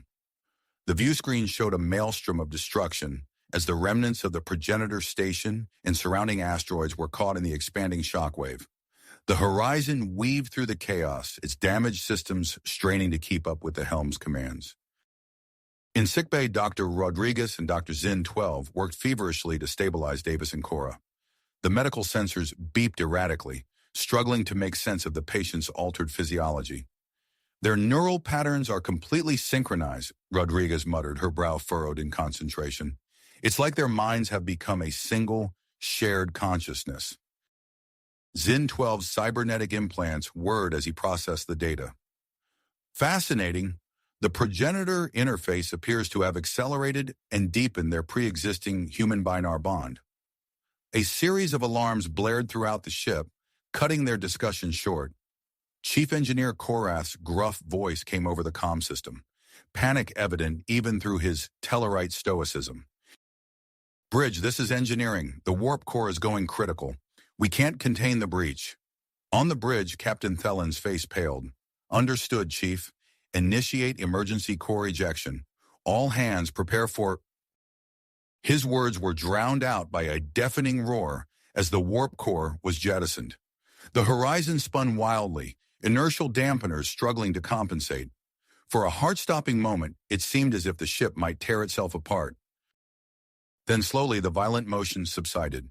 An eerie silence fell over the bridge, broken only by the muted beeping of damaged consoles. "Status report," Thelan said, his voice hoarse. "Warp core successfully ejected," the ops officer replied. "We're operating on emergency power. Long-range communications are offline. Our position, unknown." Valara stepped forward, her mind racing. "Captain, without warp capability, we're sitting ducks for any remaining Romulan forces in the area." Thelan nodded grimly. "Understood, Commander. We need to—" He was interrupted by a comm signal from sickbay. "Bridge, this is Dr. Rodriguez. Davis and Cora are awake, and you need to see this." Thelan and Valar exchanged worried glances before hurrying to the turbo lift. As they entered sickbay, they were met with an unsettling sight. Davis and Cora sat upright on their biobeds, their eyes glowing with an inner light. When they spoke, their voices overlapped in perfect unison. "Captain, Commander," they said as one, "we bring urgent news. The galactic threat approaches faster than we realized. The network must be completed, or all will be lost." Thelan stepped forward, his antennae twitching nervously. "What galactic threat? What network?" Davis and Cora's synchronized gaze seemed to look through him, seeing something beyond the confines of the ship. "A wave of destructive energy," they intoned. "It comes to cleanse the galaxy of advanced life. The progenitors built a protective network, but it remains incomplete. We must activate at least 3 more stations to shield our civilization from annihilation." The gravity of their words hung heavy in the air. Valara's mind raced, considering the implications. "But how can we possibly—" Her words were cut short as the ship's red alert klaxon blared to life. Lieutenant Commander Grax's voice came over the comm, tense and urgent. "Bridge to Captain Thelan. Multiple Romulan signatures detected on an intercept course. Sir, they found us." "Us?" The words had barely left Lieutenant Commander Grax's mouth when the first disruptor blast rocked the horizon. The bridge crew scrambled to their stations as Captain Thelan barked orders. "Red alert! Shields up! All hands to battle stations!" Valara's mind raced. With their warp core ejected and systems barely functioning, they were in no condition for a fight. She turned to Thelan, her voice low and urgent. "Captain, we need to—" She was cut off as Davis and Cora suddenly sat bolt upright, their eyes glowing with an otherworldly light. In perfect unison, they spoke, their voices resonating with power. "We can help." Before anyone could react, the pair leapt from their biobeds and moved with uncanny synchronization toward the door. Dr. Rodriguez reached out to stop them, but her hand passed through a shimmering electromagnetic field that had formed around their bodies. "Wait," she called, but Davis and Cora were already gone, moving with inhuman speed through the corridors. Captain Thelan's voice crackled over the comm. "Bridge to engineering. Chief Korath, we have a situation. Davis and Cora are headed your way. They claim they can help." The gruff Tellarite's response was immediate. "Understood, Captain. We'll take all the help we can get. Our systems are barely holding together as it is." In engineering, chaos reigned. Crew members rushed to contain plasma leaks and reroute power as the ship shuddered under another barrage of Romulan fire. Chief Korath bellowed orders, his face contorted with effort as he wrestled with a malfunctioning console. Suddenly the doors hissed open, and Davis and Cora strode in. The engineering crew froze, staring in awe at the glowing figures. Without a word, the pair moved to opposite sides of the warp core housing, their hands outstretched. Arcs of energy leapt from their fingertips, dancing across the ship's systems. Inert panels flickered to life, and damaged conduits sealed themselves. The low hum of the Horizon's engines rose to a steady thrum as power levels surged. On the bridge, Lieutenant Commander Grax's eyes widened as his console lit up with new information. "Captain, you're not going to believe this. Our shields are coming back online." Thelen leaned forward, his antennae twitching with anticipation. "Grax, status of the Romulan ships?" 5 vessels, sir. Heavy cruiser configuration. They're moving to surround us." The captain's mind worked furiously, weighing their options. With a grim nod, he made his decision. "Helm, plot an escape vector through the debris field. Tactical, prepare to return fire. We're not going down without a fight." In engineering, Davis and Cora worked in perfect harmony, their movements a fluid dance as they channeled energy throughout the ship. Chief Korath watched in amazement as systems he'd thought beyond repair came back to life. "Bridge, this is engineering," he reported, his gruff voice tinged with awe. "Whatever Davis and Cora are doing, it's working. We've got shield generators back online, and weapon systems are powering up." Captain Thelen allowed himself a small smile. "Excellent work, Chief. Tactical status of our shields?" "Shields at 60% and rising, sir," Grax responded. "It's not much, but it's better than we had a minute ago." The ship rocked as another volley of disruptor fire slammed into them. Thelen gripped his chair, his voice steady as he issued commands. "Evasive pattern Delta. Return fire. All available weapons." The Horizon banked hard, narrowly avoiding a spread of plasma torpedoes. Its phasers lashed out, catching the lead Romulan ship across its bow. Green fire blossomed in the void as the enemy vessel's shields flared. In sickbay, Dr. Rodriguez and Dr. Zin-12 huddled over a console, their faces illuminated by the eerie glow of sensor readings. The Binar doctor's cybernetic implants whirred as he processed the data. "Elena, look at this," he said, his synthesized voice urgent. "Davis and Cora's DNA. It's changing at an exponential rate. The human and Binar genetic structures are fusing into something entirely new." Dr. Rodriguez's brow furrowed as she studied the readings. "The strain on their bodies must be immense. We need to get them back here for treatment before—" Her words were cut off as the ship lurched violently. In engineering, Davis and Cora stumbled, their synchronization momentarily disrupted. Chief Korath rushed to steady them, his eyes widening as he felt the heat radiating from their bodies. "Davis, Cora," he grunted, concern evident in his gravelly voice. "You need to take a break. You're going to burn yourselves out at this rate." The pair turned to face him, their eyes glowing with an inner fire. When they spoke, it was with one voice resonating with otherworldly power. "No time," they said. "The ship needs us. The network must be completed." Before Korath could protest further, they were moving again, their hands dancing over consoles and conduits. The chief engineer shook his head in wonder and turned back to his own station, redoubling his efforts to keep the ship together. On the bridge, the tactical situation was growing dire. Despite the Horizon's improved defenses, they were still outgunned and outnumbered. Captain Thelen's face was grim as he watched another spread of torpedoes narrowly miss the ship. "Grax, what's our status?" he demanded. The tactical officer's fingers flew over his console. "Shields holding at 45%, sir. We've managed to damage 2 of the Romulan ships, but the others are pressing their attack. We can't keep this up much longer." Valora stepped forward, her mind racing.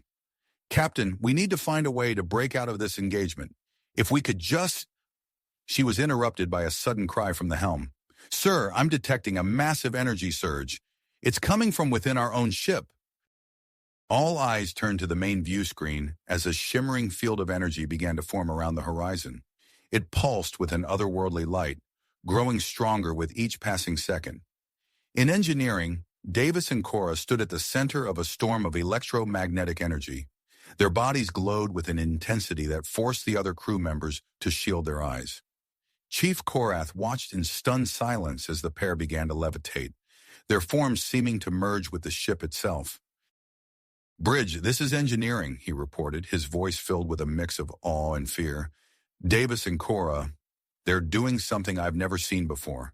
It looks like they're creating some kind of warp bubble. Captain Thelan's eyes widened as he processed this information. A warp bubble? But how? We ejected the core. Before anyone could respond, the energy field surrounding the ship flared blindingly bright. The Romulan vessels, caught off guard by this unexpected development, scattered in confusion. In a flash of light that seemed to bend the very fabric of space, the USS Horizon vanished, leaving behind a stunned Romulan fleet and a rapidly dissipating energy signature. Moments later, in a burst of otherworldly radiance, the Horizon reappeared. The bridge crew blinked, disoriented by the sudden transition. Through the view screen, they could see an unfamiliar moon looming large before them. "Report!" Thielen barked, shaking off his disorientation. Grax's hands flew over his console. "Sir, we've jumped. Sensors indicate we're in orbit around a small moon. No sign of the Romulan fleet." How is that possible? Valara wondered aloud, her tactical mind already analyzing their new situation. Before anyone could answer, a priority alert flashed on the main screen. Dr. Rodriguez's face appeared, her expression a mix of urgency and concern. "Bridge, this is sickbay," she said, her voice tense. "We need a medical team to engineering immediately. Davis and Cora have collapsed." Captain Thelan nodded grimly. "Understood, Doctor. We'll send a team right away." He turned to Valara, his antennae twitching with almost unchecked energy. "Commander, I need you to lead an away team to the surface of that moon. Sensors are picking up faint energy readings similar to the progenitor station. Whatever's down there, it might be our only chance to understand what's happening and find a way out of this mess." Valara nodded, her mind already formulating a plan. As she moved to assemble her team, she couldn't shake the feeling that they were standing on the precipice of something far greater than they could imagine. The fate of Davis and Cora, the mysterious progenitor technology, and the looming galactic threat all seemed to be converging on this unassuming moon. With a deep breath, she stepped into the turbolift, ready to face whatever challenges awaited them on the surface. The next phase of their journey was about to begin, and the stakes had never been higher.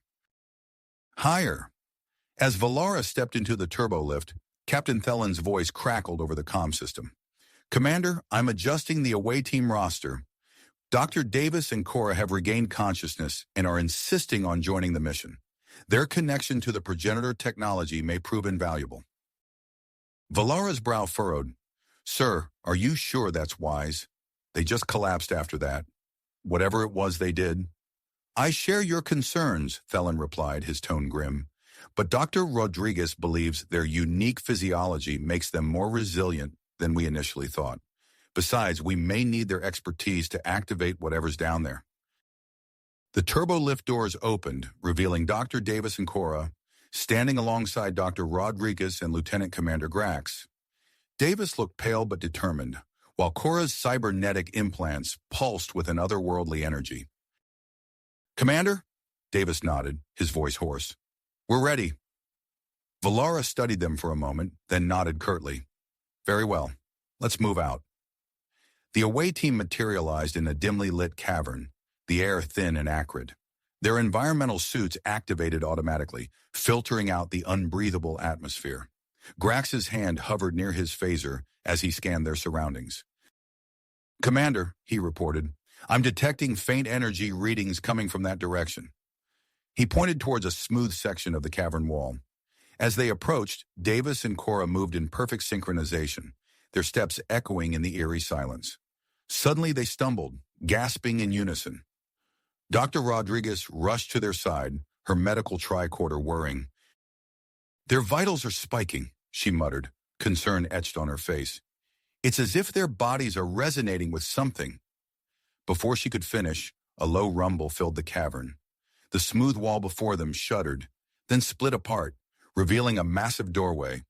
Ancient machinery groaned to life, bathing the team in pale blue light. "Fascinating," Davis whispered, his eyes wide with wonder.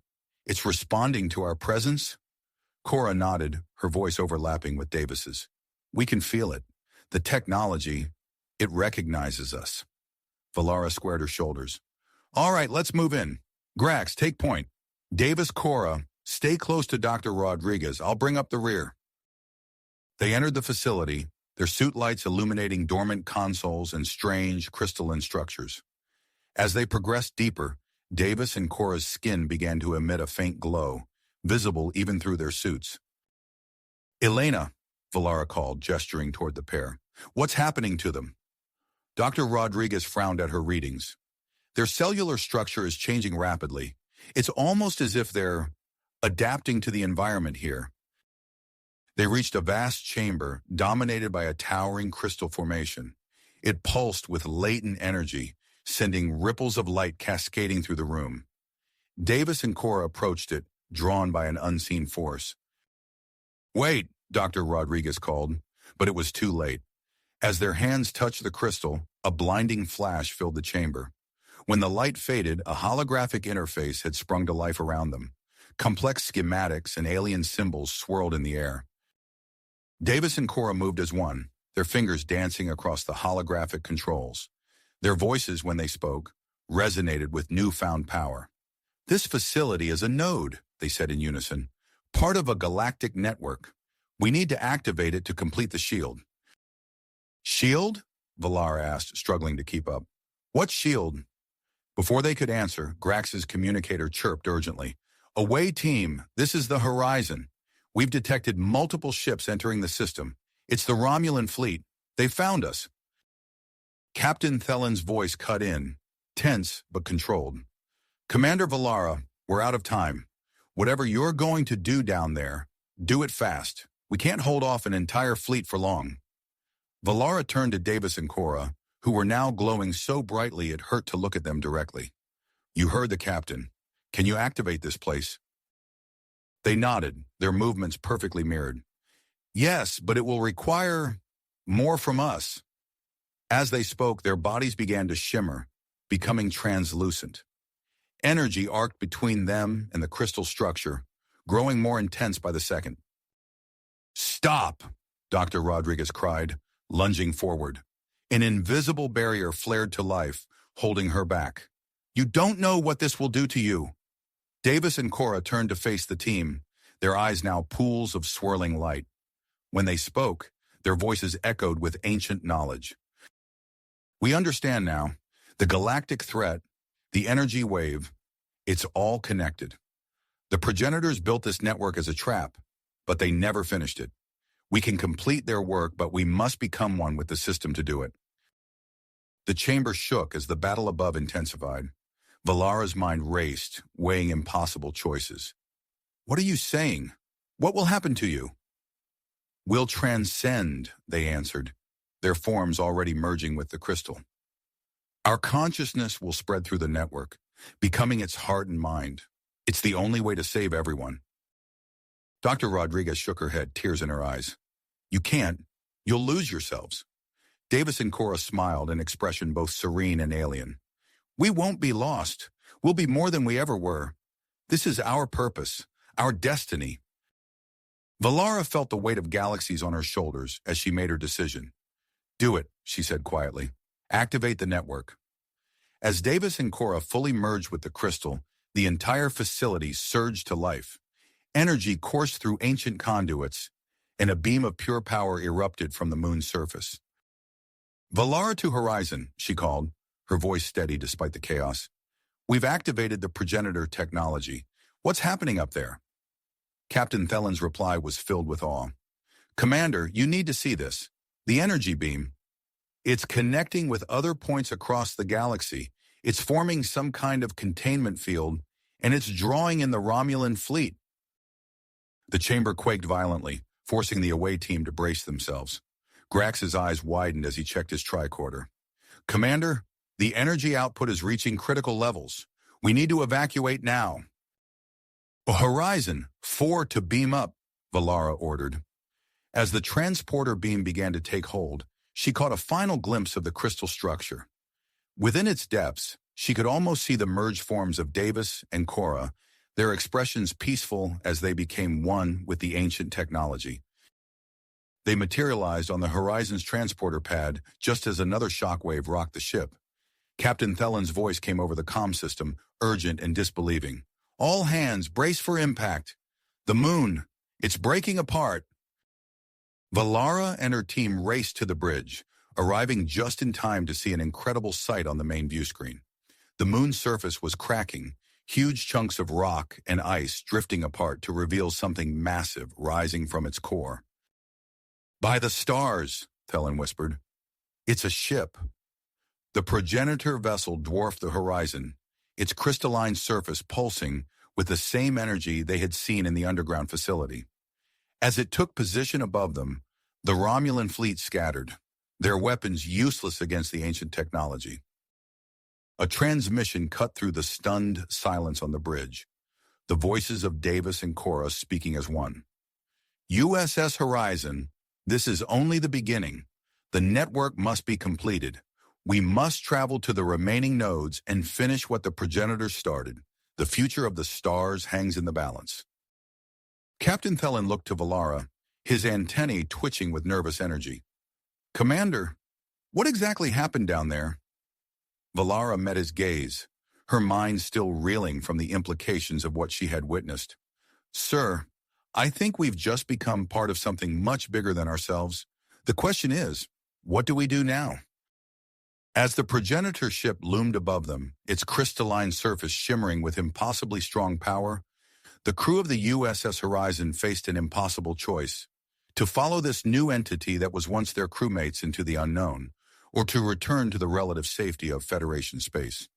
The next move was theirs, and the consequences would echo across the galaxy. The crystalline progenitor ship hung in space before them, its vast form dwarfing the horizon. Captain Thelen leaned forward in his chair, his antennae twitching as he considered their next move. The merged consciousness of Davis and Cora had set them on a path to complete the progenitor network, but the weight of that responsibility pressed heavily on the crew. Sir, Lieutenant Commander Grax called from his station, interrupting the tense silence on the bridge. Long-range sensors are picking up a distress signal from a nearby star system. Thelen's brow furrowed. Can you identify the source? Grax shook his head. Negative, Captain. The signal is weak and using an unfamiliar frequency, but it's definitely a call for help. The captain's gaze shifted to the looming form of the progenitor ship on the monitor. Their mission was clear, but so was their duty as Starfleet officers. After a moment's hesitation, he made his decision. Helm, set a course for the source of that distress call. Maximum warp. As the Horizon changed course, the progenitor ship adjusted its trajectory to follow. The voices of Davis and Cora echoed through the comm system. We understand your decision, Captain. The preservation of life is paramount. We will accompany you. The journey to the nearby system was tense, with crew members speculating about what they might find. As they dropped out of warp, a grim sight greeted them. A ship of unfamiliar design drifted lifelessly against the backdrop of a red dwarf star. Report, Thelen ordered. The vessel appears to have suffered severe damage, Grax responded. I'm detecting numerous hull breaches and power fluctuations. Wait, he paused, rechecking his instruments. Sir, I'm picking up a single life sign aboard. Thelen nodded grimly. Commander Valara, assemble an away team. Dr. Rodriguez, you're with them. We need to know what happened here and if we can render assistance. Minutes later, Valara led her team onto the transporter pad. As the familiar tingle of the transporter beam enveloped them, they materialized in a corridor unlike anything they had encountered before. The walls pulsed with a soft, bioluminescent glow, and a thick, gelatinous fluid sloshed around their ankles. Fascinating, Dr. Rodriguez murmured, her tricorder whirring as she analyzed their surroundings. This fluid seems to be part of the ship's life support system. It's saturated with oxygen and nutrients. Stay alert, Valara warned, her hand hovering near her phaser. We don't know what we're dealing with here. They made their way through the viscous environment, the ship's organic architecture becoming more pronounced as they progressed. Valara couldn't shake the feeling that they were moving through the veins of some enormous living creature. As they approached the ship's central chamber, the bioluminescence intensified. The team entered a vast circular room dominated by a large pulsating pod. Within it, they could make out a humanoid form. That's our life sign, Rodriguez confirmed, her eyes wide with wonder. It appears to be some kind of stasis chamber. Valara approached cautiously, wiping away a layer of the gelatinous fluid from the pod's surface. She gasped as she caught sight of the being inside. The alien was undeniably female, with iridescent skin that seemed to shift colors in the bioluminescent light. Her features were delicate, with large almond-shaped eyes and a slender form that spoke of grace, even in unconsciousness. "Can we get her out?" Valara asked, turning to Rodriguez. The doctor frowned, studying her tricorder readings. "Her physiology is incredibly complex. There's some kind of blockage in her circulatory system. If we remove her from this pod without addressing it, she could die." Valara tapped her comm badge. "Valara to Horizon. We've found a single survivor, but we can't safely transport her without risking her life. Recommend we bring her aboard in her stasis pod for treatment." "Understood, Commander." Thelen's voice crackled through the comm. "We'll prepare the shuttle bay to receive the pod. Stand by for transport." As the away team in the alien's stasis chamber materialized in the Horizon shuttle bay, Dr. Rodriguez was already calling for additional medical staff. The pod was quickly moved to sick bay, where Rodriguez and her team began a more thorough examination of their patient. "Her entire biology is integrated with that bioluminescent fluid," Rodriguez explained to Captain Thelen, who had joined them in sickbay. "It's not just part of her ship systems, it's part of her." Thelen's antennae twitched with concern. "Can you treat her?" Rodriguez hesitated. "Our standard equipment isn't designed for this kind of physiology, but—" She trailed off, her mind racing. "Captain, I have an idea. It's unorthodox, but it might be our best chance to save her life." As Rodriguez outlined her plan, Thelen's expression grew increasingly troubled. The doctor's proposal involved using a human volunteer to help clear the blockage in the alien system, through a process similar to the biological synchronization they had observed with Davis and Cora. "You understand the risks involved, Doctor?" Thelen asked gravely. Rodriguez nodded. "I do, sir, but I believe it's our only option if we want to save her life." Thelen took a deep breath, then addressed the assembled medical staff and security personnel. "We need a volunteer for this procedure. I won't order anyone to take this risk, but if someone is willing—" "I'll do it," a voice rang out. Lieutenant John Carter stepped forward, his young face set with willpower. "If there's a chance to save her life, I want to help." As the medical team began preparations, the progenitor ship sent another transmission. The merged voices of Davis and Cora filled sickbay. "We have information about the being you've rescued," they said. "She is of a species known as the Lumina, an ancient race with ties to the progenitors. Her survival may be crucial to understanding the network we seek to complete." With this new information adding urgency to their efforts, Rodriguez and her team worked quickly to adapt the sickbay for the procedure. They created a controlled environment filled with the bioluminescent fluid from the alien ship, connecting Carter and the Lumina female with a series of specially designed medical apparatus. As Carter was lowered into the fluid alongside the Lumina, he felt a tingling sensation spread across his skin. The bioluminescent liquid seemed to come alive around him, pulsing with an otherworldly energy. He gasped as an intense wave of sensation washed over him, his body beginning to synchronize with the alien biology. The medical team watched in awe as Carter's vital signs fluctuated wildly. His skin took on a faint glow, and cellular scans showed his body adapting to the alien environment. Hours passed as the procedure continued, with Rodriguez carefully monitoring both patients. Suddenly, the Lumina's eyes snapped open. Her gaze locked onto Carter's, and a shimmering energy seemed to pass between them. Rodriguez's instruments registered a spike in neural activity. "They're communicating," she whispered, watching the interplay of bioluminescence between the two bodies. "It's some form of rudimentary telepathy."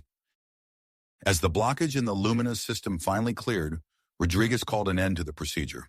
The medical team carefully extracted both Carter and the alien from the fluid, placing them in separate recovery areas. But as soon as they were separated, both patients showed signs of distress. Carter's heart rate spiked, and the Lumina's bioluminescence flickered erratically. It was clear that a bond had formed between them, reminiscent of the connection between Davis and Cora. Captain Thelen stood at the entrance to sickbay, watching as his crew tended to the two patients. The Lumina female was now conscious, her large luminous eyes taking in her surroundings with a mixture of curiosity and apprehension. Carter lay nearby, his skin still faintly glowing, his gaze continually drawn to the alien he had helped save. As Thelen contemplated the implications of this unexpected development, a communication from the bridge interrupted his thoughts. "Captain," Grax's voice came through, tension evident in his tone. "The progenitor ship is signaling. They're requesting permission to dock with us." The horizon? The request caught Captain Thelen off guard, but he quickly composed himself. "Granted," he replied, his antennae twitching with a mix of curiosity and apprehension. As the massive progenitor ship maneuvered alongside the horizon, the crew watched in awe through the viewports. The crystalline structure seemed to ripple and shift, creating an opening that perfectly aligned with one of the horizon's airlocks. "Commander Vallara, meet our guests at Airlock 3, Thelen ordered, his voice tinged with uncertainty.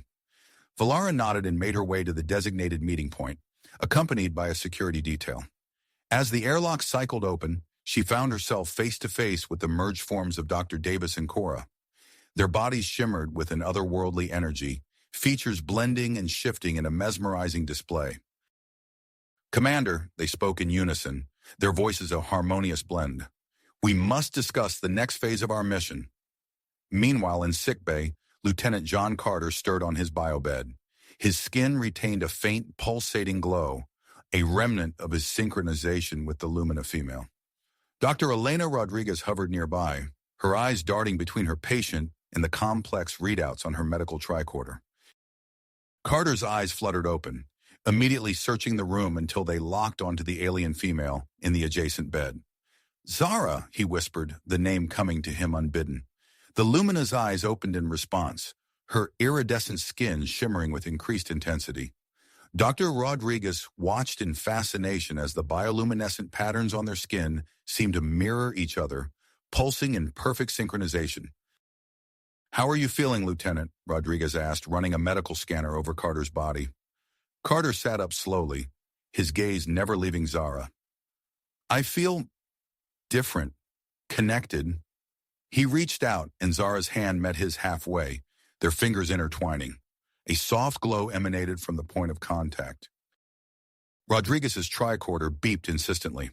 "Fascinating," she murmured. "Your physiologies are adapting, becoming more compatible. Lieutenant, your body is even producing small amounts of the bioluminescent fluid essential for Zara's survival." As Carter and Zara continued to recover, their bond growing stronger by the moment, Captain Thelen received a priority communication from Commander Vallara. "Captain," Valara's voice crackled through the comm system. "The merged Davis-Cora entity has provided critical information. Long-range sensors have detected a massive energy signature approaching from the edge of the galaxy. They believe it's the cosmic entity the progenitor network was designed to contain." Thelen's antennae stiffened. "Estimated time of arrival?" "At its current speed, we have less than a week, sir. The entity's approach is accelerating." The captain's mind raced, weighing their options. "Understood, Commander. Assemble the senior staff in the briefing room immediately." As the Horizon's key personnel gathered, tensions ran high. The merged Davis-Cora entity stood at one end of the room, their presence both awe-inspiring and unsettling. "We must accelerate our efforts to activate the remaining nodes," they explained, their voices resonating with urgency. "The next key installation is located within the core of a gas giant in a nearby system." Lieutenant Commander Grax leaned forward, his Boolean features creased with concern. "A gas giant? How are we supposed to reach the core through all that pressure and atmospheric interference?" The entity's form shimmered. "We have the necessary technology aboard the progenitor ship. However, the installation itself presents unique challenges. It's partially flooded with a super-dense liquid metal, interfering with the activation process." As the briefing continued, Dr. Rodriguez entered with Lieutenant Carter and Zara in tow. The room fell silent as the crew took in the visible changes in Carter's appearance, and the palpable connection between him and the Lumina female. Thelen's antennae twitched with interest. "Doctor, your report?" Rodriguez cleared her throat. "Captain, the bond between Lieutenant Carter and Zara has produced some remarkable developments. Their physiologies have partially synchronized, granting them unique abilities that might prove useful in our mission." The Davis core entity nodded in agreement. "Their connection mirrors our own. They may be instrumental in activating the gas giant's installation." With the gravity of their situation settling over the room, Captain Thelen made his decision. "Very well. Commander Vallara, assemble an away team. Lieutenant Carter, Zara, you'll join the mission to the gas giant's core. We'll use every advantage we have." As the briefing concluded, the Horizon and the progenitor ship set course for the gas giant. The crew worked tirelessly to prepare for the challenges ahead, keenly aware of the cosmic entity drawing ever closer. In the shuttle bay, Commander Vallara oversaw the final preparations for the away mission. The specialized craft designed to withstand the extreme conditions of the gas giant hummed with power, its reinforced hull gleaming under the bay lights.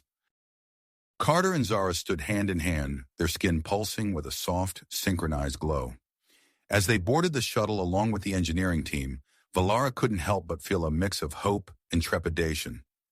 The fate of the stars might well rest on the shoulders of this unlikely pair and the bond they shared. As the shuttle bay doors opened, revealing the swirling, multicolored surface of the gas giant below, the away team steeled themselves for the perilous descent. The cosmic entity's approach loomed over them, an unseen but ever-present threat driving them forward into the unknown depths of the alien world. As the shuttle plunged into the swirling atmosphere of the gas giant, the crew of the Horizon held their collective breath, watching the feed from the away team's sensors. Hours passed with no communication from the shuttle. The tension on the bridge was palpable, broken only by the occasional beep of a console or the soft murmur of status reports. Captain Thelen paced, his antennae twitching with awe-inspiring anxiety. Suddenly, a burst of static erupted from the comm system. "Horizon, this is Vallara," came the commander's voice, distorted but audible. "Mission successful. Node activated. But we've lost Carter and Zara." A hushed silence fell over the bridge. Thelen's antennae drooped. "Explain, Commander," he said, his voice tight. "They've transformed, Captain," Vallara replied, her tone a mix of awe and disbelief. "They've become pure energy, integrated into the progenitor network. They're gone, sir." As the shuttle emerged from the gas giant's atmosphere, the full weight of the loss settled over the crew. The Horizon had completed its mission, but at a steep cost. In the days that followed, a somber mood permeated the ship. Captain Thelen, recognizing the emotional toll on his crew, ordered a brief period of rest and recuperation. The Horizon maintained a holding pattern in a nearby star system, its crew taking time to process recent events. During this downtime, Ensign Tara Chen was conducting routine diagnostics in the ship's sensor array when an alert caught her attention. "Captain," she called over the comm, "I'm detecting an unusual energy signature. It's coming from inside the ship." Thelen frowned. "Identify the source, Ensign." After a moment, Chen replied, "Sir, it appears to be emanating from Dr. Davis's former quarters." Intrigued, Thelen assembled a small team to investigate. As they entered the room, their eyes were drawn to a small, pulsating crystal resting on the desk. It emitted a soft, otherworldly glow that seemed to dance in rhythm with the ship's power systems. Dr. Elena Rodriguez stepped forward, tricorder in hand. Her eyes widened as she scanned the object. "Captain, this crystal, it contains traces of both human and binar DNA, and there are elements of progenitor technology woven throughout its structure." As Rodriguez continued her analysis, the crystal's pulsations intensified. Suddenly, a beam of light shot from its core, coalescing into a holographic image that took the breath away from everyone present. Before them stood the merged form of Dr. Tyler Davis and Cora, their features blending and shifting in a mesmerizing display. When they spoke, it was with a single, harmonious voice. "Greetings, Horizon crew," the projection said. We have found a way to create a physical anchor within your dimension. This crystal will allow us to maintain a connection to you and assist in the final stages of activating the progenitor network. Captain Thelen stepped forward, his antennae quivering with a mix of emotions. Davis, Cora, it's good to see you. But why now? What's changed? The holographic figure's expression grew serious. The cosmic entity approaches faster than anticipated. Time is running short. You must prepare for the next phase of your mission. As if on cue, the ship's long-range sensors began to chirp urgently. Lieutenant Commander Grax's voice came over the comm system. Captain, you need to see this. We've detected a massive gravitational disturbance ahead. Thelen and his team rushed to the bridge. On the main view screen, a mind-bending sight greeted them. Multiple star systems swirled in a complex interlocking orbit, creating a cosmic maelstrom of unimaginable proportions. The next progenitor node lies at the heart of that chaos, the Davis Cora projection explained, having followed them to the bridge. Thelen's heart made.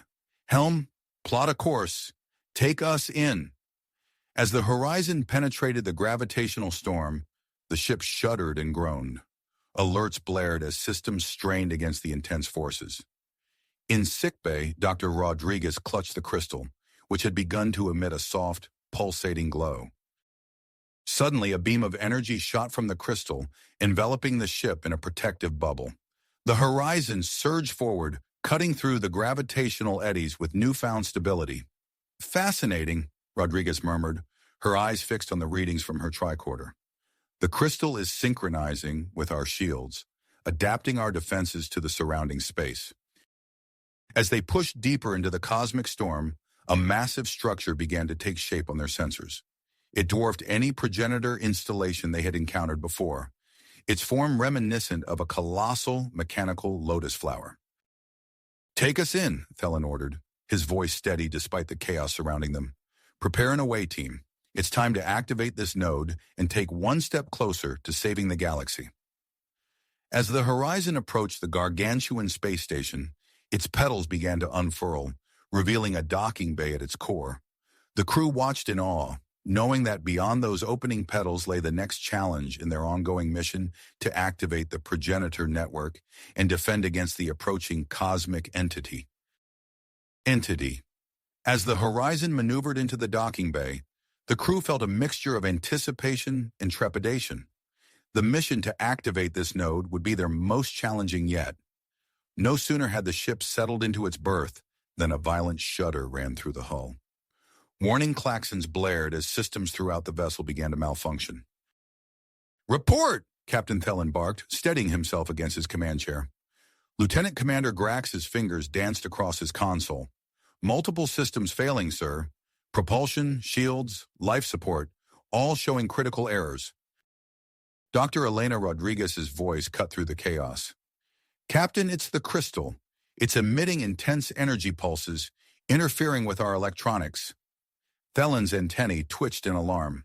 Understood, Doctor. Have it moved to a shielded containment unit in the science lab immediately. We need to study it further without risking more disruptions. As the crew scrambled to stabilize the ship, the horizon limped out of the docking bay. With systems slowly coming back online, they set a course for the coordinates of the fourth progenitor node. Days later, as they approached their destination, Ensign Chen's voice rang out from the sensor station. Captain, we're picking up a massive debris field ahead. The main view screen flickered to life, revealing a graveyard of shattered starships and station fragments stretching as far as the eye could see. The wreckage bore the hallmarks of various alien civilizations, suggesting a recent and catastrophic battle. Alter course, Thelen ordered. Take us through slowly. Keep sensors at maximum. As the horizon navigated the treacherous field, avoiding collisions with the larger pieces of debris, Chen's console began to beep insistently. Sir, I'm detecting a faint life sign, she reported, her voice tight with concentration. It's coming from a relatively intact section of what appears to be an alien medical frigate. Thelen exchanged a glance with his first officer. Assemble a rescue team, he decided. Commander Grax, you'll lead the away mission. Be cautious. We don't know what you'll find over there.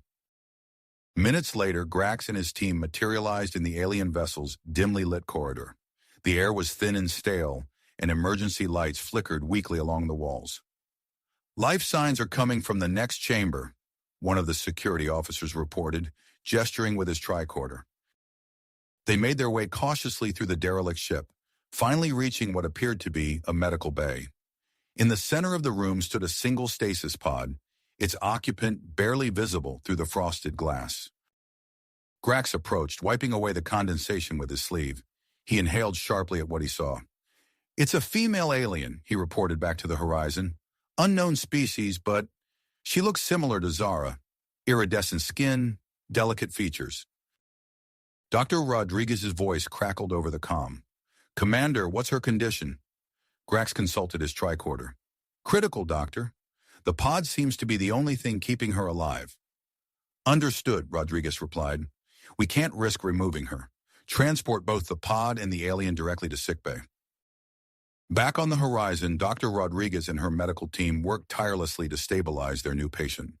Hours passed as they ran scans and attempted various treatments, but the alien's unique physiology proved challenging. "Doctor," one of the nurses called out, pointing to a readout. "Look at this." Rodriguez leaned in, her eyes widening. "Fascinating. She has a network of bioluminescent ducts throughout her body, similar to Zara's, but they're clogged with some kind of crystalline substance." As if in response to her words, the crystal containing Davis and Cora's essence began to pulse more intensely in its containment unit. The holographic projections of the merged beings appeared, their expressions grave. "We can help," they said in unison. "This alien is a Lumina, a distant relative of Zara's species. To save her life, you must perform a procedure similar to the one that bonded Carter and Zara." Captain Thelen, who had been observing from the sidelines, stepped forward. "Are you certain? We can't make that decision lightly." The hologram nodded. "It's her only chance, Captain, but you'll need a volunteer, a male crew member willing to undergo the transformation." Thelen's antennae drooped slightly as he considered the implications. After a moment, he tapped his comm badge. "All hands, this is the captain. We have a critical situation in sickbay. We need a male volunteer for a medical procedure. Be advised, this procedure carries significant risks and will result in permanent physiological changes. Report to sickbay if you are willing to help." The silence that followed was deafening. Then a young voice spoke up.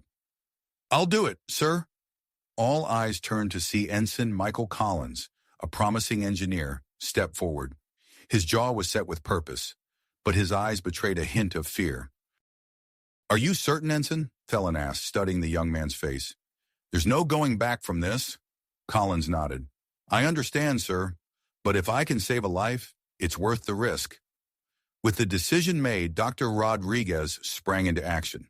She and her team prepared a specialized chamber, filling it with a synthesized version of the bioluminescent fluid found in Lumina biology.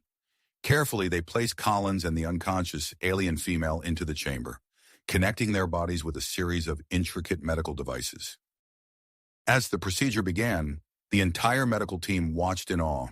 Collins's skin began to take on a faint glow, and his cellular structure showed signs of incorporating elements of Lumina physiology. The crystalline blockages in the alien's ducts started to dissolve as Collins's modified biology introduced compatible enzymes into her system. Hours passed, the tension in sickbay palpable as the medical team monitored every fluctuation in the patient's vital signs. Gradually, they observed the merger of circulatory and nervous systems, and Collins's body began producing small amounts of the vital bioluminescent fluid. Suddenly, the alien's eyes snapped open. Large, luminous orbs locked onto Collins' gaze, and an almost audible click seemed to resonate through the room as their minds connected. "It's working," Dr. Rodriguez breathed, her eyes darting between her patients and the readouts. "They're forming a bond, just like Carter and Zara." As the procedure concluded, Rodriguez carefully extracted Collins and the Lumina female from the bioluminescent fluid. They were moved to separate recovery areas, but almost immediately showed signs of distress at being separated. "Bring them closer together," Rodriguez ordered, watching as both patients visibly relaxed when reunited. Slowly, the Lumina female began to stir. Her lips moved, forming a single word. "Lyra."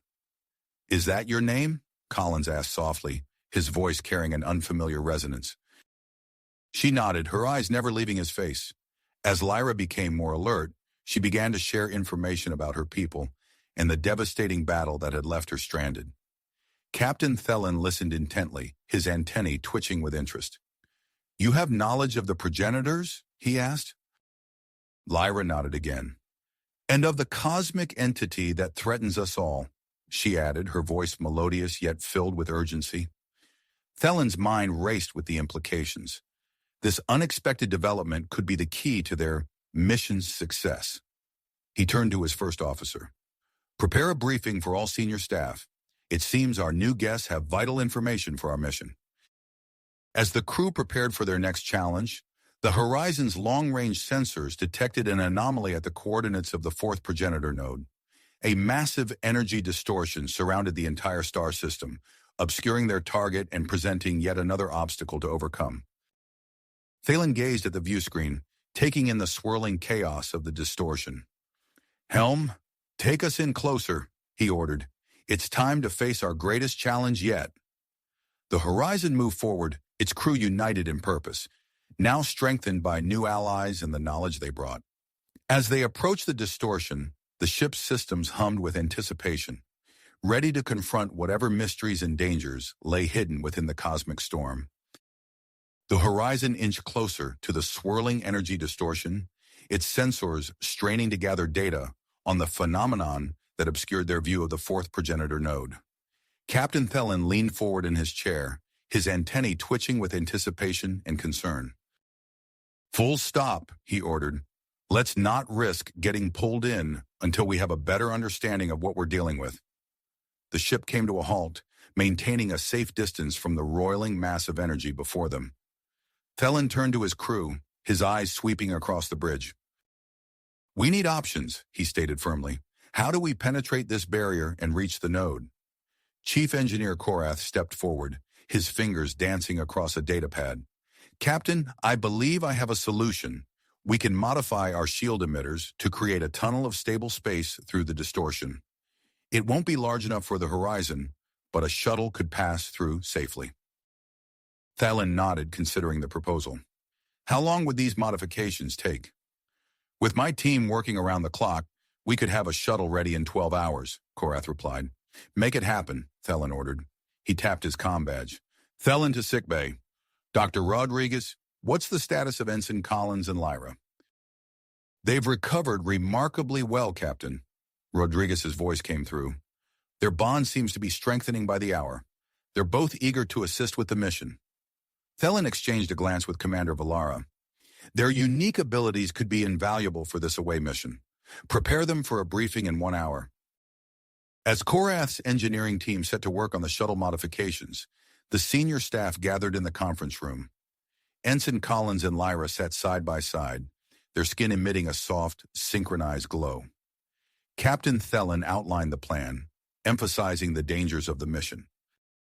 "Ensign Collins, Lyra," he addressed them directly. "Your knowledge and abilities make you ideal candidates for this away team. However, I need to be certain you understand the risks involved." Collins nodded, his eyes meeting the captain steadily. "We understand, sir. Lyra and I are prepared to face whatever challenges lie ahead." Lyra's melodious voice added, "Our bond gives us strength, Captain. We believe we can navigate the progenitor systems more effectively than anyone else aboard." "Very well," Thelen agreed. "You'll join Commander Valara and Dr. Rodriguez on the shuttle. Prepare yourselves and report to the shuttle bay in 11 hours. As the crew dispersed to their tasks, Dr. Rodriguez pulled Thelen aside. "Captain, there's something else you should know. The crystal containing Davis and Cora's essence, it's been exhibiting unusual behavior. Its energy output increases significantly whenever Collins and Lyra are nearby." Thelen's antennae twitched with interest. "What do you make of it, Doctor?" "I'm not certain," Rodriguez admitted, "but I believe there may be a connection between the two human-alien pairs. It could be crucial to our mission." "Keep monitoring the situation," Thelen instructed, "and make sure that Crystal is secured before we attempt to penetrate the distortion." The next several hours passed in a flurry of activity.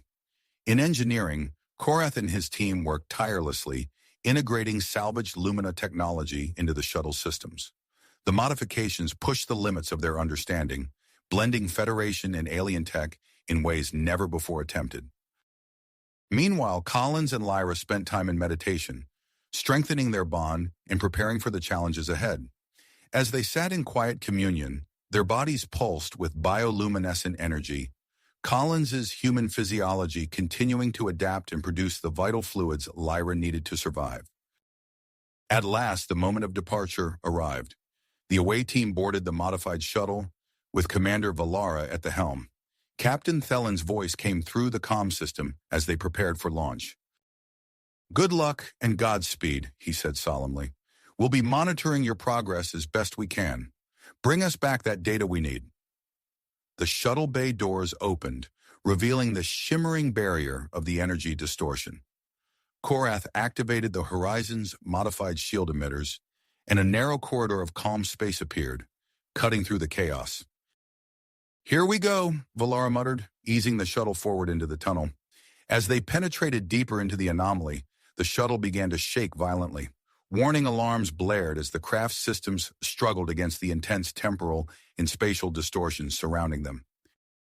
"Our navigational systems are offline," Valara reported, her hands gripping the controls tightly. "I can't maintain our course." Collins and Lyra exchanged a glance, a silent understanding passing between them. Without a word, they moved to the shuttle's control panel, placing their hands on the console. Their skin began to glow brightly, and tendrils of bioluminescent energy spread across the shuttle's systems. Suddenly, the shaking subsided. The shuttle's erratic movements smoothed out, gliding effortlessly through the distortion. "Fascinating," Dr. Rodriguez breathed, watching as Collins and Lyra interfaced directly with the shuttle. "They're stabilizing our course using their shared abilities."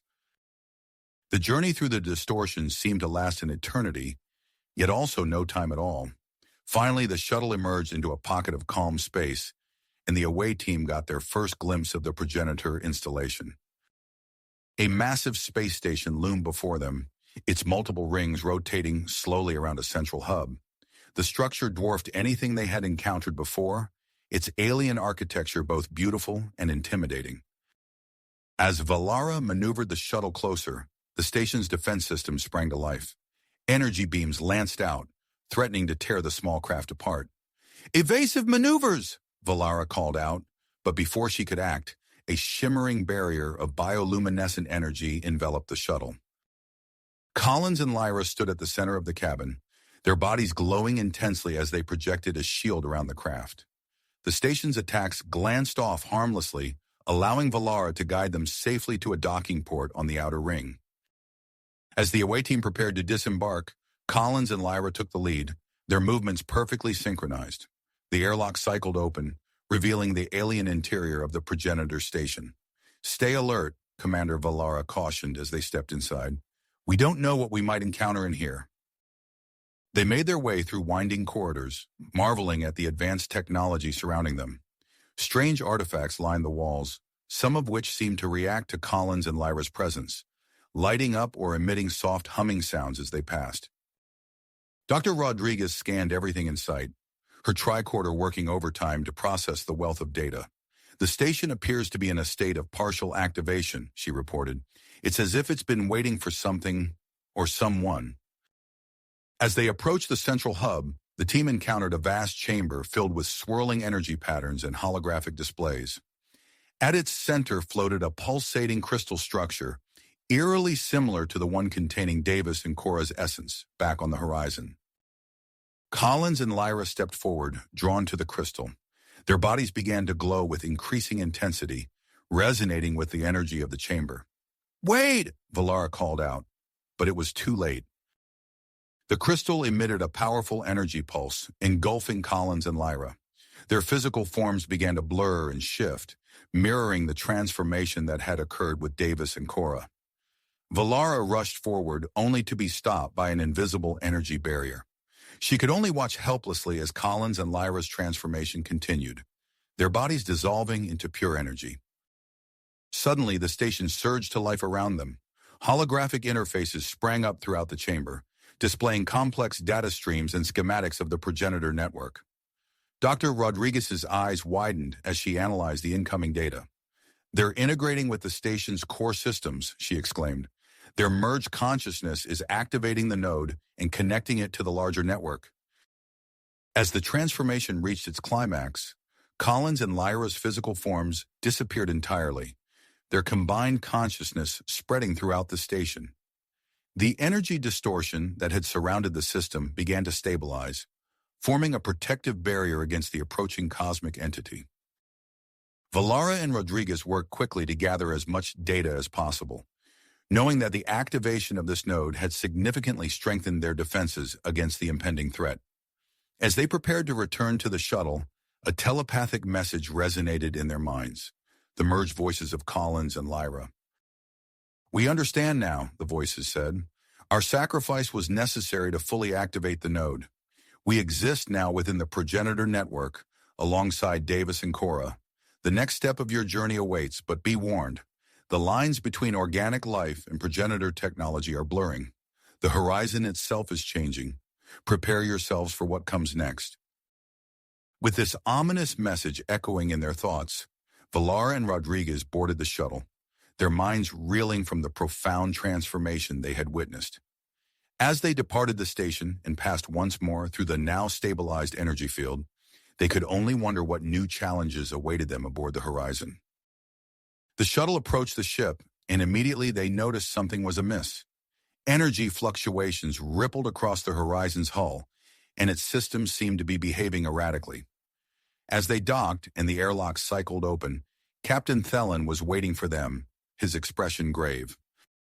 "Welcome back," he said, his voice tight with concern. "We have a situation. The crystal containing Davis and Cora, it's growing, and it's interfacing with our systems in ways we don't understand. I think it's time for a full debriefing." Valara and Rodriguez exchanged worried glances as they followed the captain, knowing that their mission had taken yet another unexpected and potentially dangerous turn. They made their way to the conference room, where the rest of the senior staff had already gathered. As they entered, Captain Thelen activated the room's holographic display, revealing a three-dimensional image of the horizon. The ship's familiar contours were now crisscrossed with pulsing lines of energy, emanating from a central point in the science lab. "As you can see," Thelen began, his antennae twitching with concern, "the crystal containing Davis and Cora's essence has begun to grow. It's interfacing with our systems in ways we don't fully understand." Chief Engineer Korath stepped forward, his fingers dancing across a datapad. "The crystal's energy signature is unlike anything we've encountered before. It's rewriting our computer systems, enhancing our capabilities, but also introducing unpredictable variables." Commander Valara leaned forward, her eyes narrowing. "Are we in danger of losing control of the ship?" Korath shook his head. "Not yet, but the rate of integration is accelerating. We're working around the clock to maintain control and study the changes." Dr. Rodriguez cleared her throat. "Captain, there's more. The data we retrieved from the progenitor station indicates that there's one final node that needs to be activated. It's crucial for completing the network that will defend against the approaching cosmic entity." Thelen nodded gravely. "Then that's our next destination. Valara, set a course for the coordinates of the final node. Maximum warp." As the crew dispersed to their stations, the horizon lurched into warp, its enhanced systems propelling it faster than ever before. The ship streaked through space, the stars blurring into lines of light outside the viewports. Hours into their journey, the ship suddenly shuddered and dropped out of warp. Red alert klaxons blared as the bridge crew struggled to regain control. "Report!" Thelen barked, gripping the arms of his chair. Lieutenant Commander Chenet Ops responded, her fingers flying over her console. "We've encountered some kind of massive energy storm, sir. It's interfering with our navigation and communication systems." On the console, swirling clouds of multicolored energy roiled and churned, obscuring the stars beyond. Lightning-like discharges crackled across the screen, causing the image to flicker and distort. "Full stop," Thelen ordered. "Korath, what's our status?" The chief engineer's voice came through the comm system, strained and urgent. "The storm is playing havoc with our systems, Captain. We're having trouble maintaining power distribution. The progenitor enhancements are helping, but they're also behaving erratically in this environment. As the crew worked to stabilize the ship, a new alert sounded from the tactical station. Lieutenant Revik, the Vulcan security officer, reported with characteristic calm, "Captain, sensors are detecting another vessel caught in the storm. It appears to be a Romulan warbird." A tense silence fell over the bridge. Thelen stood, his eyes fixed on the flickering image of the energy storm. "Are they in distress?" "Difficult to ascertain, sir," Revik replied. "The storm is interfering with detailed scans. However, they appear to be as immobilized as we are." Thelen paced the bridge, considering their options. After a moment, he turned to Valara. "Open a channel to the Romulan vessel. Cooperation might be our best chance for survival." Valara nodded, her fingers dancing across her console. "Channel open, sir." Thelen straightened his uniform and addressed the view screen. "This is Captain Thelen of the Federation starship Horizon. We are caught in this energy storm and unable to proceed. We propose a temporary alliance to find a way out of this predicament." For several long seconds, there was no response. Then the image on the display shifted, revealing the bridge of the Romulan warbird. A stern-faced Romulan male appeared, his sharp features accentuated by the harsh lighting of his ship. "I am Subcommander Valak of the Imperial Romulan warbird Sorel," he said, his voice tight with barely concealed suspicion. "What makes you think we require your assistance, Federation?" Thelen met the Romulan's gaze steadily. "Subcommander, we're both trapped in this storm. Our sensors indicate that your ship is as immobilized as ours. I believe that by combining our resources and knowledge, we stand a better chance of escaping this phenomenon." Valak's eyes narrowed, but after a moment, he gave a curt nod. "Very well, Captain. We will entertain your proposal. What do you suggest?" As Thelen began outlining a joint strategy to navigate the storm, the Horizon systems suddenly surged. The crystal in the science lab pulsed with intense energy, sending waves of power through the ship's circuits. Lieutenant Commander Chen gasped as her console lit up with new information. "Captain, our sensors are adapting to the storm's interference. I'm detecting something else out there." Thelen turned to her, his antennae twitching with interest. "What is it, Commander?" Chen's eyes widened as she processed the data. "Sir, it appears to be a derelict vessel of unknown origin. And if these readings are correct, it contains technology that could help us escape the storm." The captain's gaze shifted back to the view screen, where Subcommander Valak watched with keen interest. Thelen took a deep breath, knowing that his next words could determine the fate of both ships. "Subcommander," he said, his voice firm and decisive, "I have a proposal that could benefit us both. We've detected an abandoned vessel nearby with technology that might aid our escape. I suggest a joint salvage operation." Valak's expression remained guarded, but a glimmer of curiosity flickered in his eyes. "Go on, Captain. I'm listening." As Thelen began to outline his plan, the Horizon's enhanced systems continued to pulse with energy, the progenitor technology slowly but surely reshaping the ship from within. The crew knew that whatever challenges lay ahead, they were venturing into uncharted territory, where the lines between organic life and ancient alien technology were becoming increasingly blurred. The crew knew that whatever challenges lay ahead, they were venturing into uncharted territory, where the lines between organic life and ancient alien technology were becoming increasingly intertwined. As Captain Thelen and Subcommander Valak ironed out the details of their joint salvage operation, the Horizon systems continued to evolve. Lieutenant Sarah Collins, who had been monitoring the ship's transformation from her station, suddenly felt a strange, tingling sensation coursing through her body.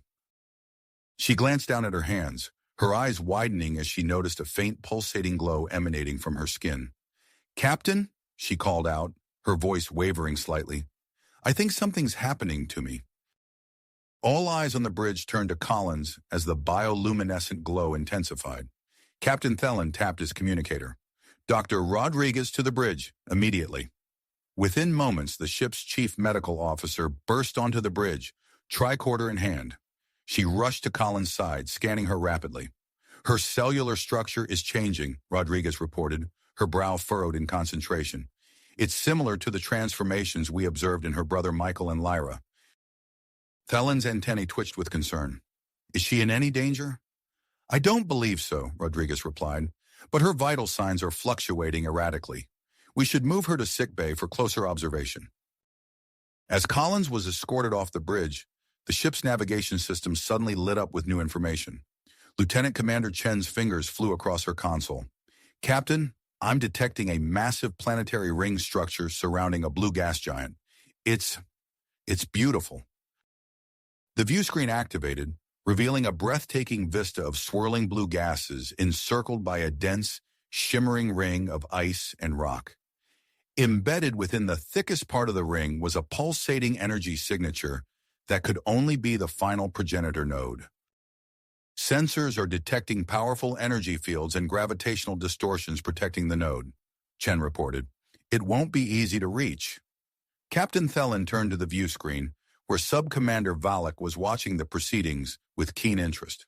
Sub-Commander, it appears we found our prize. I propose we launch a joint-away mission to reach and activate the node. Valak nodded, his earlier suspicion replaced by a grudging respect. Agreed, Captain. We will prepare our best officers for this mission. Over the next few hours, a specialized shuttle was outfitted with modified shields to withstand the intense conditions within the planetary rings. The away team was assembled, Lieutenant Sarah Collins, whose evolving abilities might prove crucial in interfacing with the progenitor technology, Commander Valara, representing the Horizon senior staff, and two Romulan officers, Centurion Takal and Sublieutenant Varys. As the shuttle prepared to launch, the crystalline structures that had been slowly growing throughout the horizon suddenly expanded rapidly. Crew members watched in awe as intricate patterns of light raced along the corridors, integrating more deeply with the ship's systems. On the bridge, the main computer display flickered, then came to life with a cascade of unfamiliar symbols and diagrams. Captain, Chen called out, her voice filled with wonder. I think the ship is connecting more strongly to the progenitor network. The shuttle bay doors opened, and the away team's craft glided out into space. As they approached the massive ring structure, Lieutenant Collins felt a surge of knowledge flooding her mind. She leaned forward, addressing the shuttle's pilot. I can guide us through, she said, her voice calm and assured. There's a safe path hidden in the gravitational eddies. The shuttle plunged into the treacherous ring system, dodging massive chunks of ice and rock.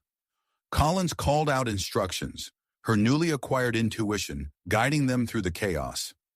As they neared the center of the ring, a massive structure loomed before them, a city-sized space station of progenitor design, concealed within a hollowed-out moonlet.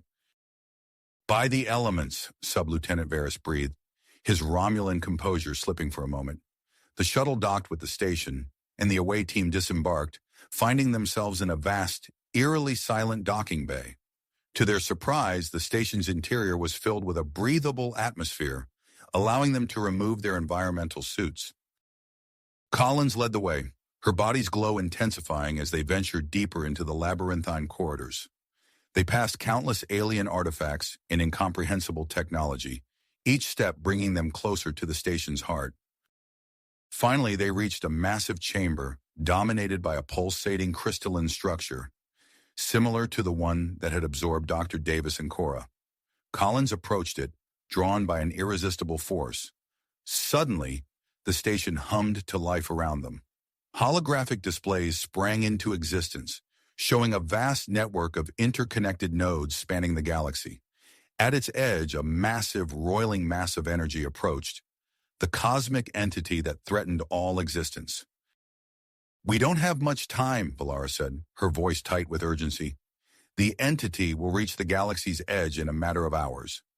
As Collins stepped toward the central crystal, intent on interfacing with it, Centurion Takal's hand shot to his belt. In one fluid motion, he produced a sleek Romulan device. For the glory of the Empire, he snarled, activating the device.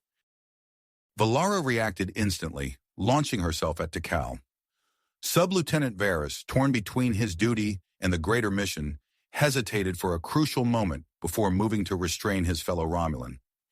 In the midst of the chaos, Collins reached out and touched the crystal. Her body began to dissolve into pure energy, merging with the progenitor systems. The station trembled, power surging through its ancient structure. As Collins's consciousness expanded, she felt the presence of the others within the network. Michael, Lyra, Davis, and Cora. Their combined essence coalesced into a holographic projection that filled the chamber. The final node requires a willing sacrifice, the merged consciousness announced, its voice a harmony of familiar tones. A hybrid being to serve as a permanent anchor for the progenitor network. Understanding dawned in Collins' mind. This was her destiny, the culmination of everything that had led her to this moment. With a sense of profound peace, she embraced her role. As Collins's physical form fully merged with the crystal, the station's systems surged to life with blinding intensity. The entire ring structure began to shift and reconfigure, transforming into a colossal energy projector aimed at the approaching cosmic entity. Back on the horizon in the Romulan warbird, crews watched in awe as a protective field enveloped their ships. The cosmic entity, now visible as a reality-warping mass of energy, reached the edge of the galaxy. In that moment, the progenitor network activated. A beam of unimaginable power lanced out from the ring structure, fueled by the combined energy of countless civilizations. It struck the cosmic entity head-on, and the very fabric of space-time buckled under the impact. As the titanic battle between ancient technology and cosmic force unfolded, the crews of the Horizon and the Romulan warbird could only watch, their fates hanging in the balance. The ultimate outcome of this cosmic confrontation remained uncertain. But one thing was clear: nothing would ever be the same again. The cosmic battle raged on, a spectacle of unimaginable power as the progenitor network clashed with the entity at the galaxy's edge. Aboard the USS Horizon, the view screens struggled to render the apocalyptic scene, flickering and distorting under the strain of the reality-warping energies. Captain Thelen gripped his chair, his antennae rigid with tension. "Status report," he barked, eyes fixed on the swirling chaos beyond. Lieutenant Commander Chen's fingers danced across her console. "The progenitor network is holding, sir, but sensors indicate it's under immense stress. The entity, it's pushing back." A sudden lurch rocked the ship, sending crew members stumbling. Thelen tapped his communicator. "Bridge to engineering. Report." Chief Engineer Kowalski's voice crackled through, tinged with urgency. "Captain, the progenitor upgrades are barely keeping us together. We're seeing power fluctuations across all decks." On the interface, the Romulan warbird Sorel mirrored the Horizon's struggle, green energy crackling along its hull as it fought to maintain position within the protective field generated by the progenitor station. Subcommander Valek's face appeared on a secondary display, his usually stoic features marred by concern. "Captain Thelen, our shield integrity is failing. We cannot withstand this assault indefinitely."